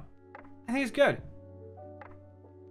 I think so you're allowed to make mistakes. I said this in the Among Us parody. You know, people should be allowed to enjoy their lives, making a few errors wherever they go. It's a definition of their character. If you can't guide them to a better light, you're no worse than the dark that consumes it. I get it. It's a parody, you know? It's a parody cartoon. Where's this serious stuff coming from? But you know what? I think it's important. I think it's important to understand that, like, our mistakes can't identify us unless they're repeat ones. You constantly repeat it. If you've been able to show in your life that your intent is not malice, and you've been able to at least try and learn from something, shouldn't be condemned for it. I think it's those who hold lack of care, those who have complete malice in their system. I mean, they gotta get given the sporks, you know? But fed to the dogs. But I feel like if your intent is fine, and you can articulate your intent, I think you can escape. What does it matter if what somebody on Twitter says to you? You know? Subjective belief. It's somebody who is a stranger for a reason. They've never talked to you. So all you can take from that is, okay, well, that's a person that won't get along with me. Didn't need to see it. The fact it's there means I can put less effort in because of the fact that I didn't need to see it. I guess is the way to go about it. You know? Especially youths. You know, youths are probably more prone to making mistakes. When you're a grown adult and you make a mistake, I mean, you should still be given, like, the chances, but you sort of expect better. But you usually see from these people, like, especially when you look down the line and think, okay, this guy's not actually a vicious person, just happened to be in the wrong pool, wrong part of the pool. He's diving in the deep end when he shouldn't. Like, that kind of happens. It can. So we still try, but you expect it from youths. And youths, when they see these adults making errors, they become terrified because they don't want to make those mistakes, you know? And because they do, and it's a lot more personal, it happens, that's where anxiety kicks in, you know? I think we just gotta stop being overly judgy on people when it's not our life to judge. That's just me. Now, when it gets to the law, I mean, that's exactly why you don't leave it to Twitter. You leave it to the law. And you sort out that way first. And if you can't get it that way first, then you do sort something out. But I think you should always, you know, if you have a severe problem with that kind of stuff, then definitely just start with that. You know, there's nothing else more important than, you know, keeping that stuff. You don't want to make a charade about your entire experience. That shouldn't be the way you run life. You should want to fix your life and then talk about your experiences from there. You know? People want to see a redemption story, but they don't want to see the beginning. You know, they'll be waiting for something that'll never happen. So, honestly, just the moment we stop taking social media so seriously and as a gospel book of life, I think the world might be a better place as a result. That's just me, though. I'm not the gospel. I just have a belief. There's nothing wrong with a bit of belief. And, you know, as soon as I find that there is one, then chop me at the stake. But I don't think there's anything wrong with just stepping back from the social norm and just spending time with the closest ones you have and enjoying that, you know? As long as you... hi, Will. Just wanted to say I think you're an amazing person. I love you. You're someone I look up to, and I hope other people do too. Keep up the good work. Thank you very much. I mean, we're trying. Definitely trying. If our words resonate in any way, then I'm very glad. Welcome aboard. I appreciate it a lot. As long as you can learn from a mistake you've made, you can grow from that and be more stronger as a person. Yep. Exactly. If you never learn from your mistakes, you never grow. A lot of people, I feel like, fall into that cycle of never learning. Yeah. Well, there are people who never learn. They're, you know, I'd say that is the ultimate telling. You know, okay, here's the devil's advocate here. Why a lot of folks have less trust when a mistake is up online. Because we've seen so many people do it, that we've kind of set a precedent for ourselves that people are going to be perfect.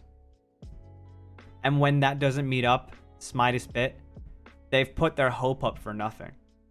But that doesn't mean ultimately completely lowering your standard either. It's either all or nothing with these people. There's never a middle ground.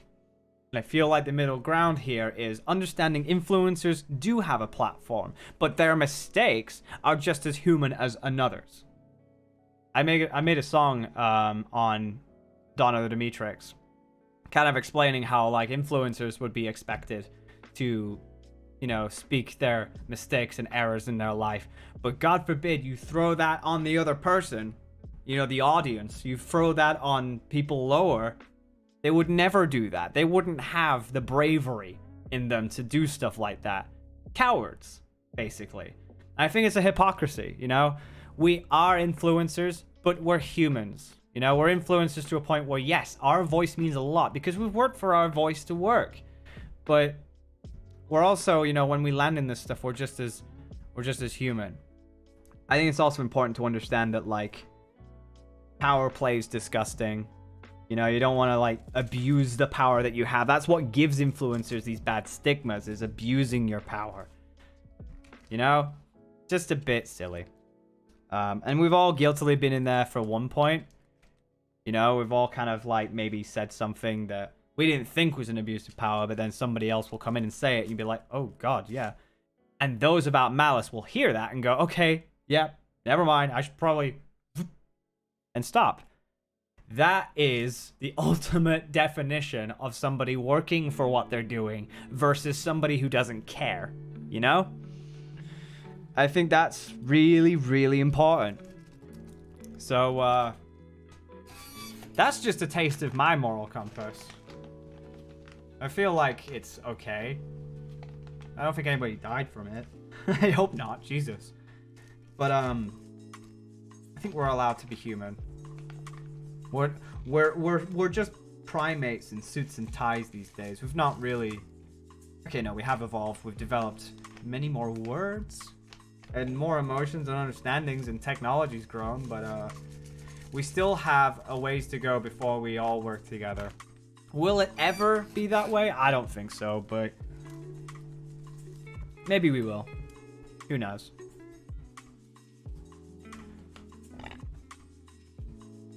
Ah, thank you. Thank you. That means a lot. I prefer it. I prefer to just treat people as if... I don't like to treat people as if the first thing I ever see from them is what I'm going to judge them for my entire life. I have an experience, you know? They have an experience. It happens. But look past that. Later down the line, it's all good. You know what? If they don't, it's just one blip. I've had a few friends fall through that, actually. Like, they probably made a bad impression at first, but then suddenly they're my besties. Like, that should be something telling, right?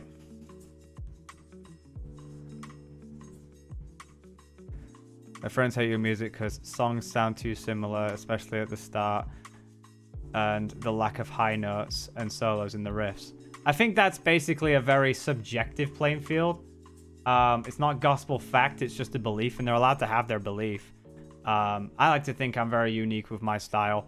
I have a style. That's the difference here, and the style doesn't work with everybody. So, it's okay. You're allowed to like whatever you like, and it's okay. But I personally feel like most people who've listened to us enjoy us, and still continue to enjoy us. So, that's all I gotta work for. And at the end of the day, we do know that we're trying our hardest with all this and making new shit, which is cool. But by the way, know this. Music was not my full profession from the beginning anyway. That's just what a lot of people expected of me. My profession is animation and script writing, which I am now experimenting with once again when it comes to bantamation and anything else that we do in the comedic side of things. We're tapping into that because that was our profession. Music was just supposed to be kind of a little thing on the side. The fact that I have to put heart and soul into that music is still very important, but it's not my profession. So people are being like, well, what does this guy do that is good? Well, it's not music, if that's the thing. If it's not music, it's probably the animation. It's probably all of that. And if it's nothing after that, then you've tried. You've given it your all, and that's cool. You can wander off elsewhere. I'm not asking you to stay. Nobody has to feel like they're forced to stay. But we play for those who like us. We're not here to play for those who hate us. Which is fine. People can. You know? I'm sure they have a really good taste. I'm sure they have some good bands in their label, and that you're allowed to have that. I don't think I've ever once said, oh, fuck them because they hate my stuff. I think they're allowed to hate. It's fine. I just prefer not to hear them. So when I hear people thinking that they're having a good conversation with me, but actually they're turning...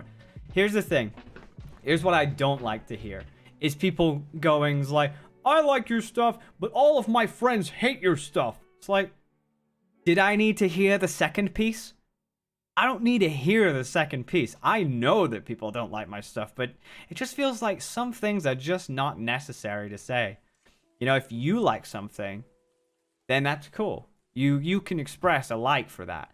You don't have to tell me that people dislike my stuff, because I know that. There's several people who do. And I think that's perfectly normal to do. Every musician has it. Hell, there's like even some of your favorite musicians in the nerdcore industry. They have hate mobs too. Every one of us has hate mobs. I think learning that, because back then I didn't really feel like I was able to resonate with anybody. I felt like actually I was the only one that was getting all of this shit handed to me. But hearing from so many other artists, they get harassed too. They get all of these threats for all different reasons. Mine being that, like, there was some profession in the field and, like, oh, I just don't like when he screams and shouts. And with, let's say, CG5, it's like, oh, it all sounds the same. It's the same song that I've heard in 30 songs and it's not genuine. And I've heard, you know, Tombstone is just like, when I hear these songs, it's like all over the place chords or whatever. I've heard criticisms from all sorts of places. Does that change their profession? Can do, if you pay attention and you try, but, you know, everybody has a taste. It happens, and you're allowed to have it, so, that's cool. Just remember, I think the most important thing to take away is, what is it? Just try to be genuine about your stuff. Put passion in. Blood, sweat, and tears. Try, at least, to be different. You know, there's a lot of people who stick to the same exact formula over and over and over and over again. And recently, I've been getting myself out of that rut and trying my absolute best. You know? And that's all that any musician really needs to focus on, is trying their best. I don't really think there's no such thing as bad taste. My friends don't really have the same taste as I do. My problem is that they keep talking about it. Oh, the things you like suck. Well, that's their taste, isn't it? They think that you like suck to them. Which you should hear, you know? I think it's okay to hear. It shouldn't diminish you, because, I mean, you can always just turn around and say, like, well, yours sucks, but you're allowed to have it. So why can't I? You know? I made 3 original songs, and my 2 latest ones, I'm very proud of them. My first one I could have done way better. You're learning already, dude. Also, hi. You're learning already about the importance of criticism from the very beginning. At least self-criticism. It's very important to be self-critical about the things that happened in the past. And know that, like, each and every one is a climb. It's a step to move forward.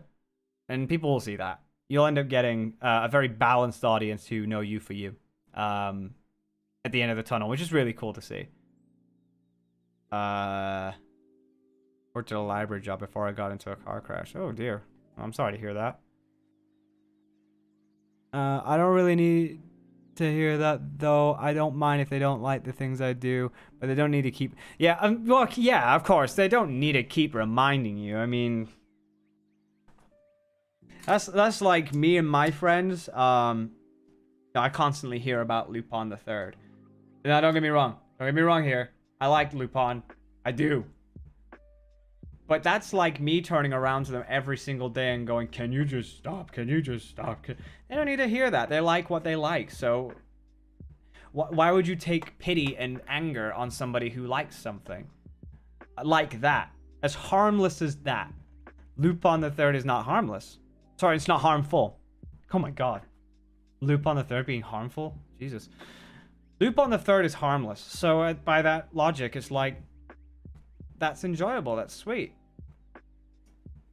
But you know, it's like the difference between talking about Lupin and talking about gun laws. You know, they're 2 different dynamics. One can hurt. One is just a movie. Or a franchise, you know? But music. I mean, let's face it. It's harmless as music. It can be impactful. It can be meaningful. But relatively, its main focus is harmlessness. So, I mean, you can just enjoy what you like, you know? Like, it's like me. I have plenty of opinions about, like, the nerdcore music industry as a whole. And I won't get into them, but... You know, it's not as if I can personally stop that from happening.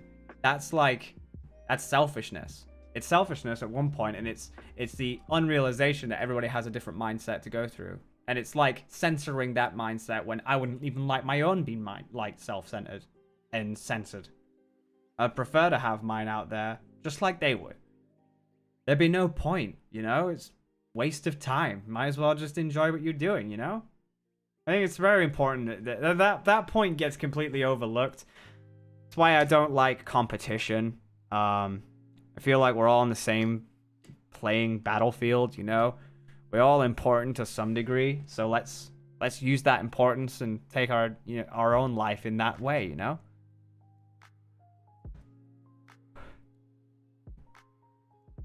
I'm a lyricist that needs someone to work with. That's fine. There's plenty of table reads and scripts written by, you know, several dozens of people. In fact, you should see some of like the rap musicians on YouTube. Not the nerdcore scene, but the real rap YouTubers. Some songs are like produced and written by like 5 or 6 people at once. I mean, it's great if you can do it all yourself, but it's no shame in having others help. That's like having, you know, 3 script writers in one movie. It can happen. That's definitely okay. It just means that's where you are, and if you're not happy with it, then there's so many techniques that you can do to learn. It's about learning. It takes time, so it's cool. I am the only person in the high school, college years that doesn't use social media other than YouTube. Twitter is not a thing. And let me ask you, how blessed does it feel? Does it feel good? Does it just feel indifferent? Does it feel... What exactly does it feel? Because I think I've got a point, but that would be... It'd be interesting to hear. Not like I haven't heard it before, but I usually like to hear things. Great. Caps lock GREAT. Great. That says a lot, doesn't it, guys? It says a lot. It means that there's that peace. There's that stepping away from the fire when it's not your fire. No judges from the internet. Yeah. You can... So many people have that on their plate, and it can be a minefield. I don't use Twitter either. Okay, well, I use Twitter. And I can tell you the only thing that I enjoy really about Twitter is the memes. Or no context. Like out of context no context humans is a funny, weird place. It's just meme stuff. Which I think you can find on YouTube if you look for enough compilations of things. You can like dig through the grapevine and be like, yeah, sweet. But I only use Twitter, or I try to use Twitter primarily for business. Like it's a social media platform for my presence to be expanded. It's what a lot of YouTubers use. I think it's good to use that, but I usually like to dip out as well. Just drop the tweet and leave. Run for the hills, so to speak. I prefer that. But yeah. I think it's very, very wise to just take things with a grain of salt on social media and just be happy and content with life. And that's what I hope to do. I honestly wanted to learn singing and edits. I've been doing this for a while, and so far, even though I took some baby steps, I'm having good progress. Baby steps are steps, especially in the industry. Think about it. Again, it took me 16 years to get off to the beginning of DA Games Rising. And even then, I was like still improving over time. People trusted in me. I personally feel far too early, but now that I have it, I mean, it showed me a lot of things, really. Showed me how to be humble. Showed me how to be grounded. Showed me what's right from wrong. Helped me improve my skills. They believed in me enough to have a financial stability enough to invest back into making better things. It's really what you do with the money, isn't it? Do you do it to get better, or do you do it to just live for yourself? And there's a guilty point where, yeah, you do kind of live for yourself. You've worked hard enough. But really, just putting it back into the business, the industry, to do better. Yeah, I mean, I'm always grateful. I'm always so grateful for the fact that despite how it started, I'm here. And I get to learn by being here. It's just wonderful. It's extremely wonderful to feel that. And so I don't like to take it for advantage. Sometimes I feel it, like there's an algorithm shift, or there's something that's disingenuous that does get trended, and I feel kind of stabbed in the heart. And I feel like I've worked so hard to do the right thing, to be passionate, to have blood, sweat, and tears involved, and you know, I feel like nobody gives a shit about that. But who am I seeking from, really? What do I have to seek from other than the close people that I have in my life? And knowing that, if my career was to end tomorrow, let's say, I'll at least know that I can live a normal life. That I haven't forgotten what a normal life is. And I can still put just as much heart into my normal life as online. You know? I'd be happy about that. It's great. Attempt 3. Why are you saying that? Attempting to type attempt. Ah, okay. I don't think anyone likes the algorithm game. Oh, you'd be surprised. There's a lot of people who do. Hence why, like, you know, they get up there, but it's not. I don't know about remembering stuff. You know? I'm listening to your music, and moreover, to start your name calling you Dagestan man. I feel so bad about it. I mean, you've got me into music after all. I mean, dude, you gotta sort of look at life and think, are these friends? Or have they got something to earn from you?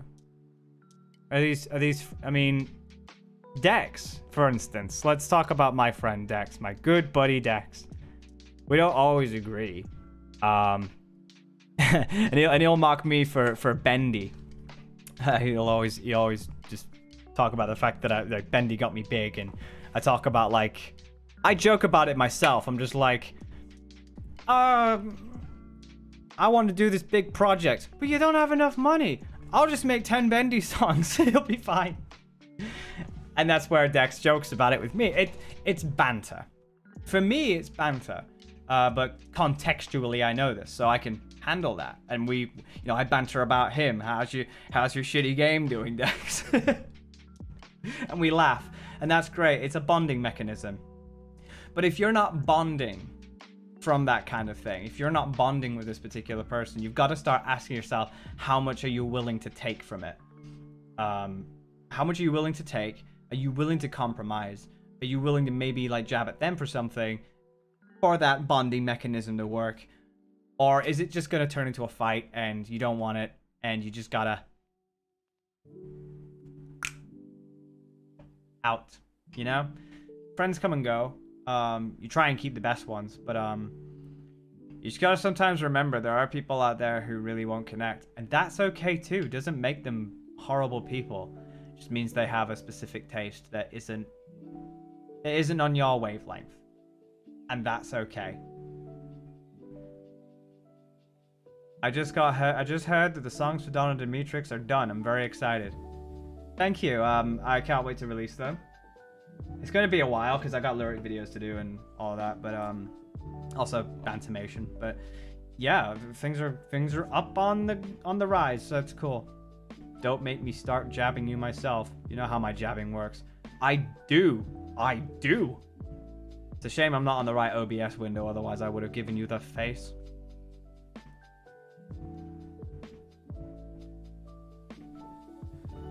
If you had the opportunity to learn another language, what would it be? God, that's tough, really. It would either be German or Japanese. I would love to learn the Japanese language at one point. That would be nice. If I had the opportunity, of course, which I don't. But if I did, that would be one that I'd take up. Donna Dimitrix is so far looking to be the best album yet. The hype is going to pay off.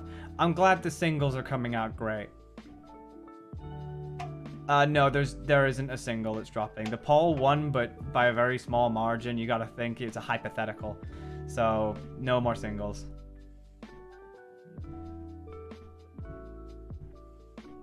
Will Game Over get remastered with a band since it was made in a studio? No, it won't get remastered. Well, I'm learning Japanese in Germany. I'm learning Japanese and German. Cool, that's awesome. Let me know how that goes. What's your favorite food? The type of food is Italian. I just love Italian food. I guess I also like pasta. I also like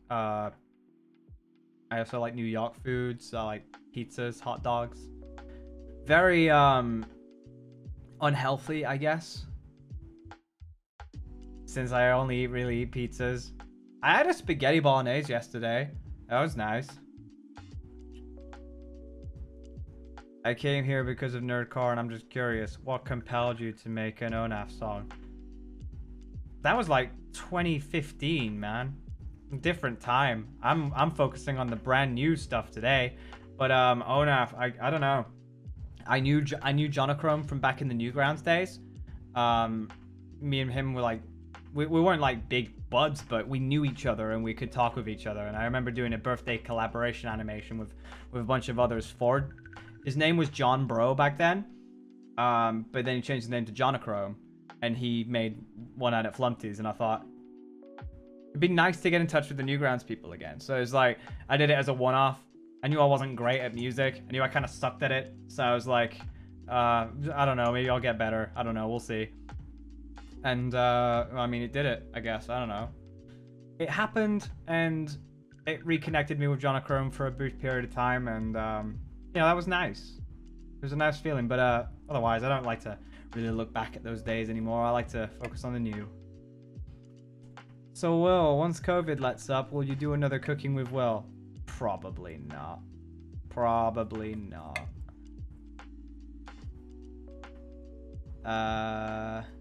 Pretty sure he only remasters songs he thinks needs one. Yeah, I'm just... If an opportunity arises and I feel it, I do it. Really. How have you been doing lately? Unmotivated. Feel like a punching bag. But I'm getting through. I'm kicking in strong. It's super chill, but if any of these words have resonated with anybody, that's good. So I can't follow my own fucking words.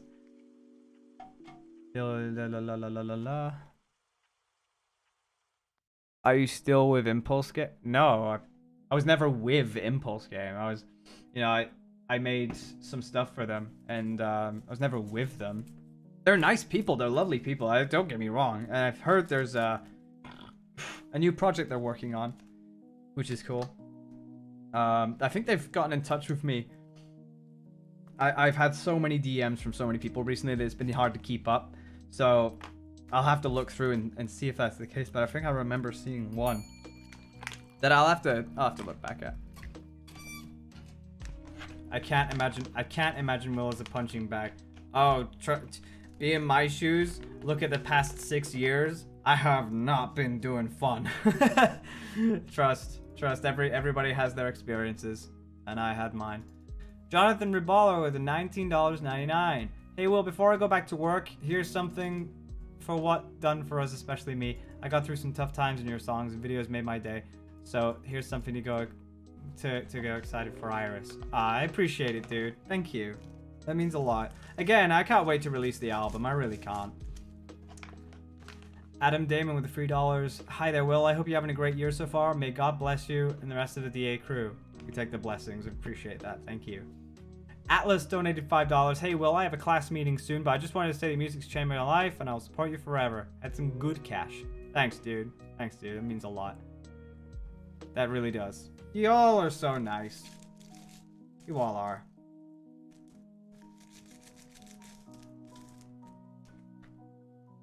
Wait, what album? Dawn of the Demetrix. Dawn of the Demetrix. God damn it. Well, this isn't working. Anyway. Oh god, Jack Wong, I'm gonna toss some shekels to the streamer. Thank you, Johnny. That means a lot. Thank you very much. You're turning to like Granny versus Rolf. Just can't wait to go back to England. I know you can't. And we'll, you know, the lockdown will lift soon, so. Deserves to be surrounded by nice people. Oh, it's definitely not that I deserve it. It's nobody really deserves anything. It's more so maybe earned it. And even sometimes I don't even feel like I have. I'm blessed beyond the heavens that I've got such nice people. Believe me, I'm so blessed. Sometimes I feel like I've worked really hard. And even then, sometimes I feel like I'm not quite there yet. So, you know, it happens. It happens to all of us, I guess. Are you gonna do any videos playing Honey Pop 2? That's coming out soon, isn't it? In February? We'll do similar to what we did before. Make it a drinking game. I don't normally condone it. I don't condone it. But it's kind of become a staple poster for DA. So like, it's not one I'm like really bad with. I'm kind of okay with. So maybe. I do want to play it. It looks kind of cool. Did your lighter run out of lighter fluid? I already got one. I got a whole box full. You've been kicking ass with how you're working, and I really cannot wait for everything to drop. And then in the future. I appreciate that too. Thank you. It's good to strive for becoming a better person every day. Just shows that you care, that you want to make the world a better place. I do. I ain't gonna argue with that. Make it age restricted just in case. But if I don't show anything revealing, then it should be fine. I think that's what I did with Here Comes the Ladies. Both Here Comes the Ladies and Another Day. I didn't reveal anything. So I think it'd follow the same pursuit, really. I wouldn't do the same thing. Well, I wouldn't do any different than that.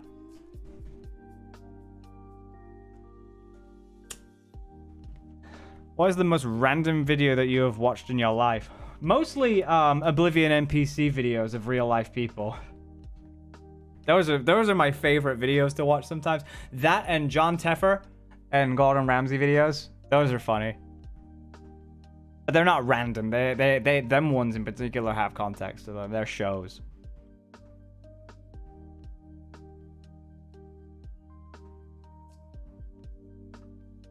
How do you view Press Start to Begin? Press Start to Begin was the start of a journey, I guess. I look back on it with some fondness. Not that I hate it. It's just I could have done better. And I think that's the point. You know? Press Start Together was when it started getting better. And, who knows? Maybe a third one? I don't think I will, but, you know, if it ever does happen, that'd be sweet. Signal it off like a... I like trilogies for some reason. Some sweet like trilogies. It really is. Gordon Ramsay, like, really doing all that is so fun. I think what makes me laugh the most is that, like, in the American versions of his shows, it's all, like, the most dramatized moments. Whereas in the UK, you see him more chill. Everybody thinks he's just angry all the time, but like that's just American TV dramatizing him. But English TV, he's very calm. It's so funny going from one series to another. It's my favorite thing to do. So funny.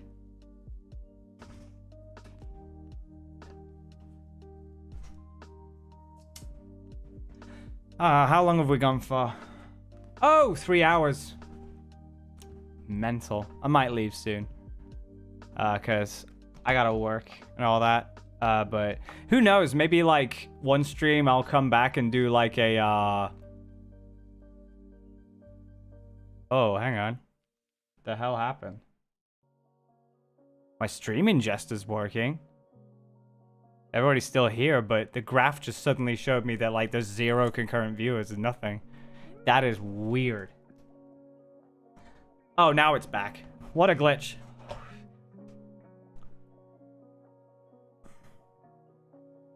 Thing about journeys, you start, you learn as you progress, you see what you could have done differently if you had known. Yeah. Which is, and again, well, you can't regret anything. You can't really afford to regret stuff. Because you've got your timeline, you've got your life. What did you do with the thing that you could have regretted? You've made something better, so you needed that in place to do something. You can't totally regret something. Maybe you'd like to have done something differently, but you can only look back on that. You can't look in that. So, that is one thing. Everyone else has been here for years, and I've been here since May 2020. Hey, it's never too late, you know? There's some veterans, there's some newcomers, but I think just the newcomers are still important because it still shows there's significance, like it means something, and by that logic, you get that same sentimental value. You'll get that eventually. You'll get that moment if you stick around long enough for somebody. Or you can turn around and go, remember that time that, you know, Will did the Teletubby video and stuff, like, yeah, everybody gets that. Because a lot of people, like, remember when Will did his time to die. But now it's like, remember when we did Tinky Winky? You know, it can happen. Will you be streaming on Twitch more? And thank you for the $2.79 Canadian. Yeah, I mean, I said I'd probably do Tetris at one point. Show you guys Tetris. So that'd be fun to do. But when I'm not streaming, I'm part of somebody else's streams. And usually, there's a notification. Usually I'm part of Inutrash's streams when she does Danganronpa, because we both go on there and then we play Danganronpa 2 on her streaming channel on Twitch, so. We don't talk about It's Time to Die. Well, I mean, we talk about it, but I don't expect to talk about it lightly. I think that's the one thing I don't think that'll ever change. I don't think that will. So, yeah. I've come to stay. People have been super welcoming. That's good. That's good. I'm really glad. Well, that's what I like to think of. That's what I like to see. And hey, now it doesn't always happen. You know, there's always going to be some shithead, and you know, coming together like this, I think it's important. I like this. I just like this. Doing the whole flipping off spooky. Oh, yeah. That was fun. I remember that. Like I'll say, I'll never look back on that with non-fondness. I have nothing but fond memories for that experience. That was fun.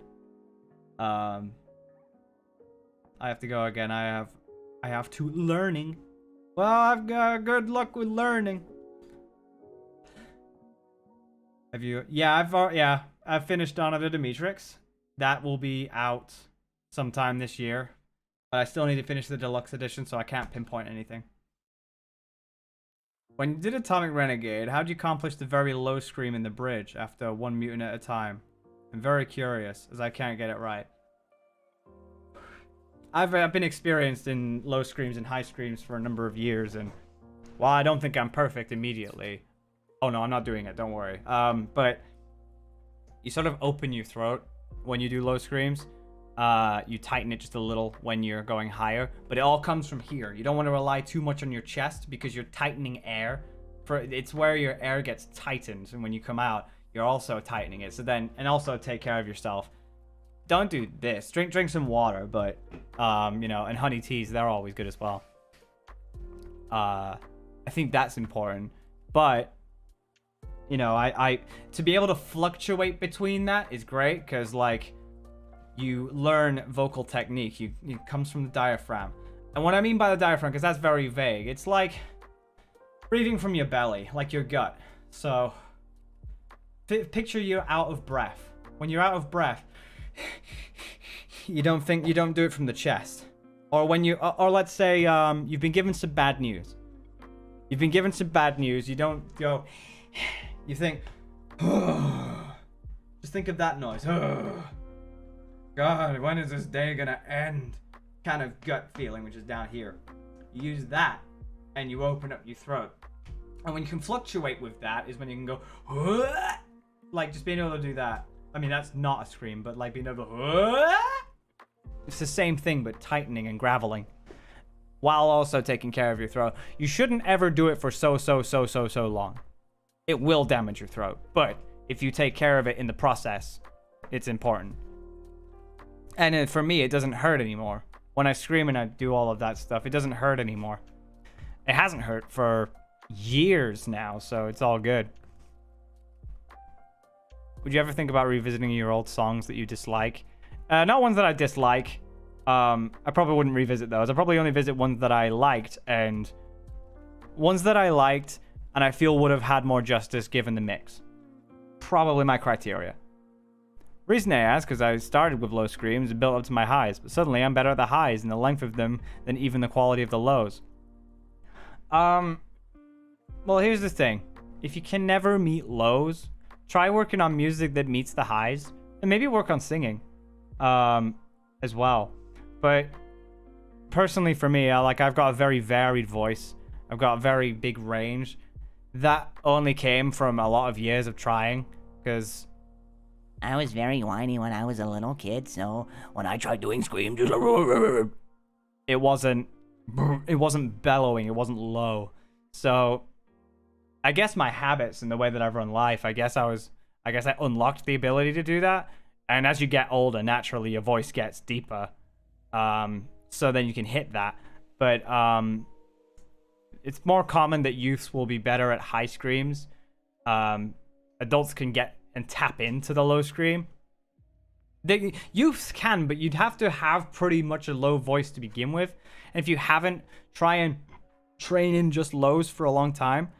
And it helps to be at a piano, because if you hit the notes and you articulate the notes, and then do do do do do do do do do do do do, like you keep going down, and you might not be able to. You'll be able to hit to a note, and you're like, oh, I can't actually hit that note. That's very low. So just keep repeating it over and over and over, and you're gonna have to face the facts. It's not gonna come back the next day, or the day after that, or the day after that, or weeks after that, or weeks after that. It's gonna be months before you get it, and yeah, it happens. This nerdcore community has got me so far. The people I've met, the amazing friends I have now, I'm so proud. It makes me so happy. I'm so lucky to have them in my life. Yeah, I mean, it's great that the nerdcore sense is still continuing, though I do worry. Probably what not a lot of nerdcore musicians do is worry.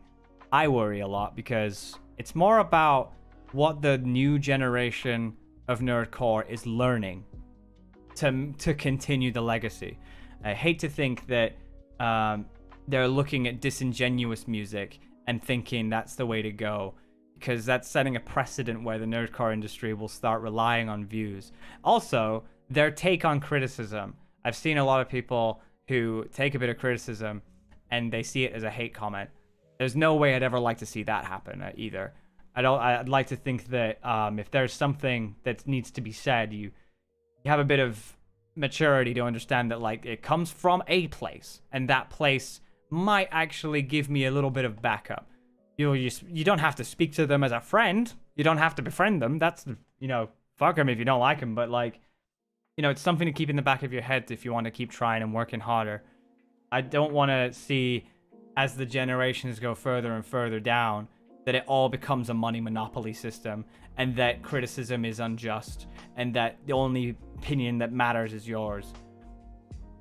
And that's something that the nerdcore community didn't have to worry about when it first started up. You had a lot of good people who had modest intentions and just kept going with that, and with that heart and passion fueled the way for nerdcore, I suppose. But then I don't think the nerdcore OG crowd were educating enough on how to progress in a moral compass standard. I don't think they really cared that much. It's not that they didn't care. Like, obviously they love what they do, but I think when you get a job like this, you've got to take some responsibility in fueling the next folks who do it. If you care about it that much, it really demonstrates it. So I like to think that when I'm honest with my creators, my fellow friends and acquaintances. It comes from a place of not hate. It's never ever about hate. It's just a path that just seems like it's gonna get more and more disingenuous the more it happens. I'd like to think people actually take care of what they say and what songs they do and how they make the songs. I'd want the next generation to probably be better than we could, you know? I just want them to excel and do wonderful things, and I'd like to think that that wonderful thing comes from a positive and mature, hearty place. A very heartfelt place. It doesn't come from just the money game, you know? Got into non-nerdcore songs, at least now. Skillet being the biggest one for me, and having all instrumentals listening to my new remakes. I'm proud to hear the old cover became brand new. Yeah, I mean, you know, we sometimes experiment. We have like a little Frankenstein of our own, really. You know, one that we can afford to just look at. It's a Frankenstein, was once a thing, can be revived as something new. Just a case of whether you want that Frankenstein to rule buildings and destroy them, or dance around the daisy fields. Weird to see Frankenstein in a daisy field, but I mean, the sentiment counts. Sentiment stands.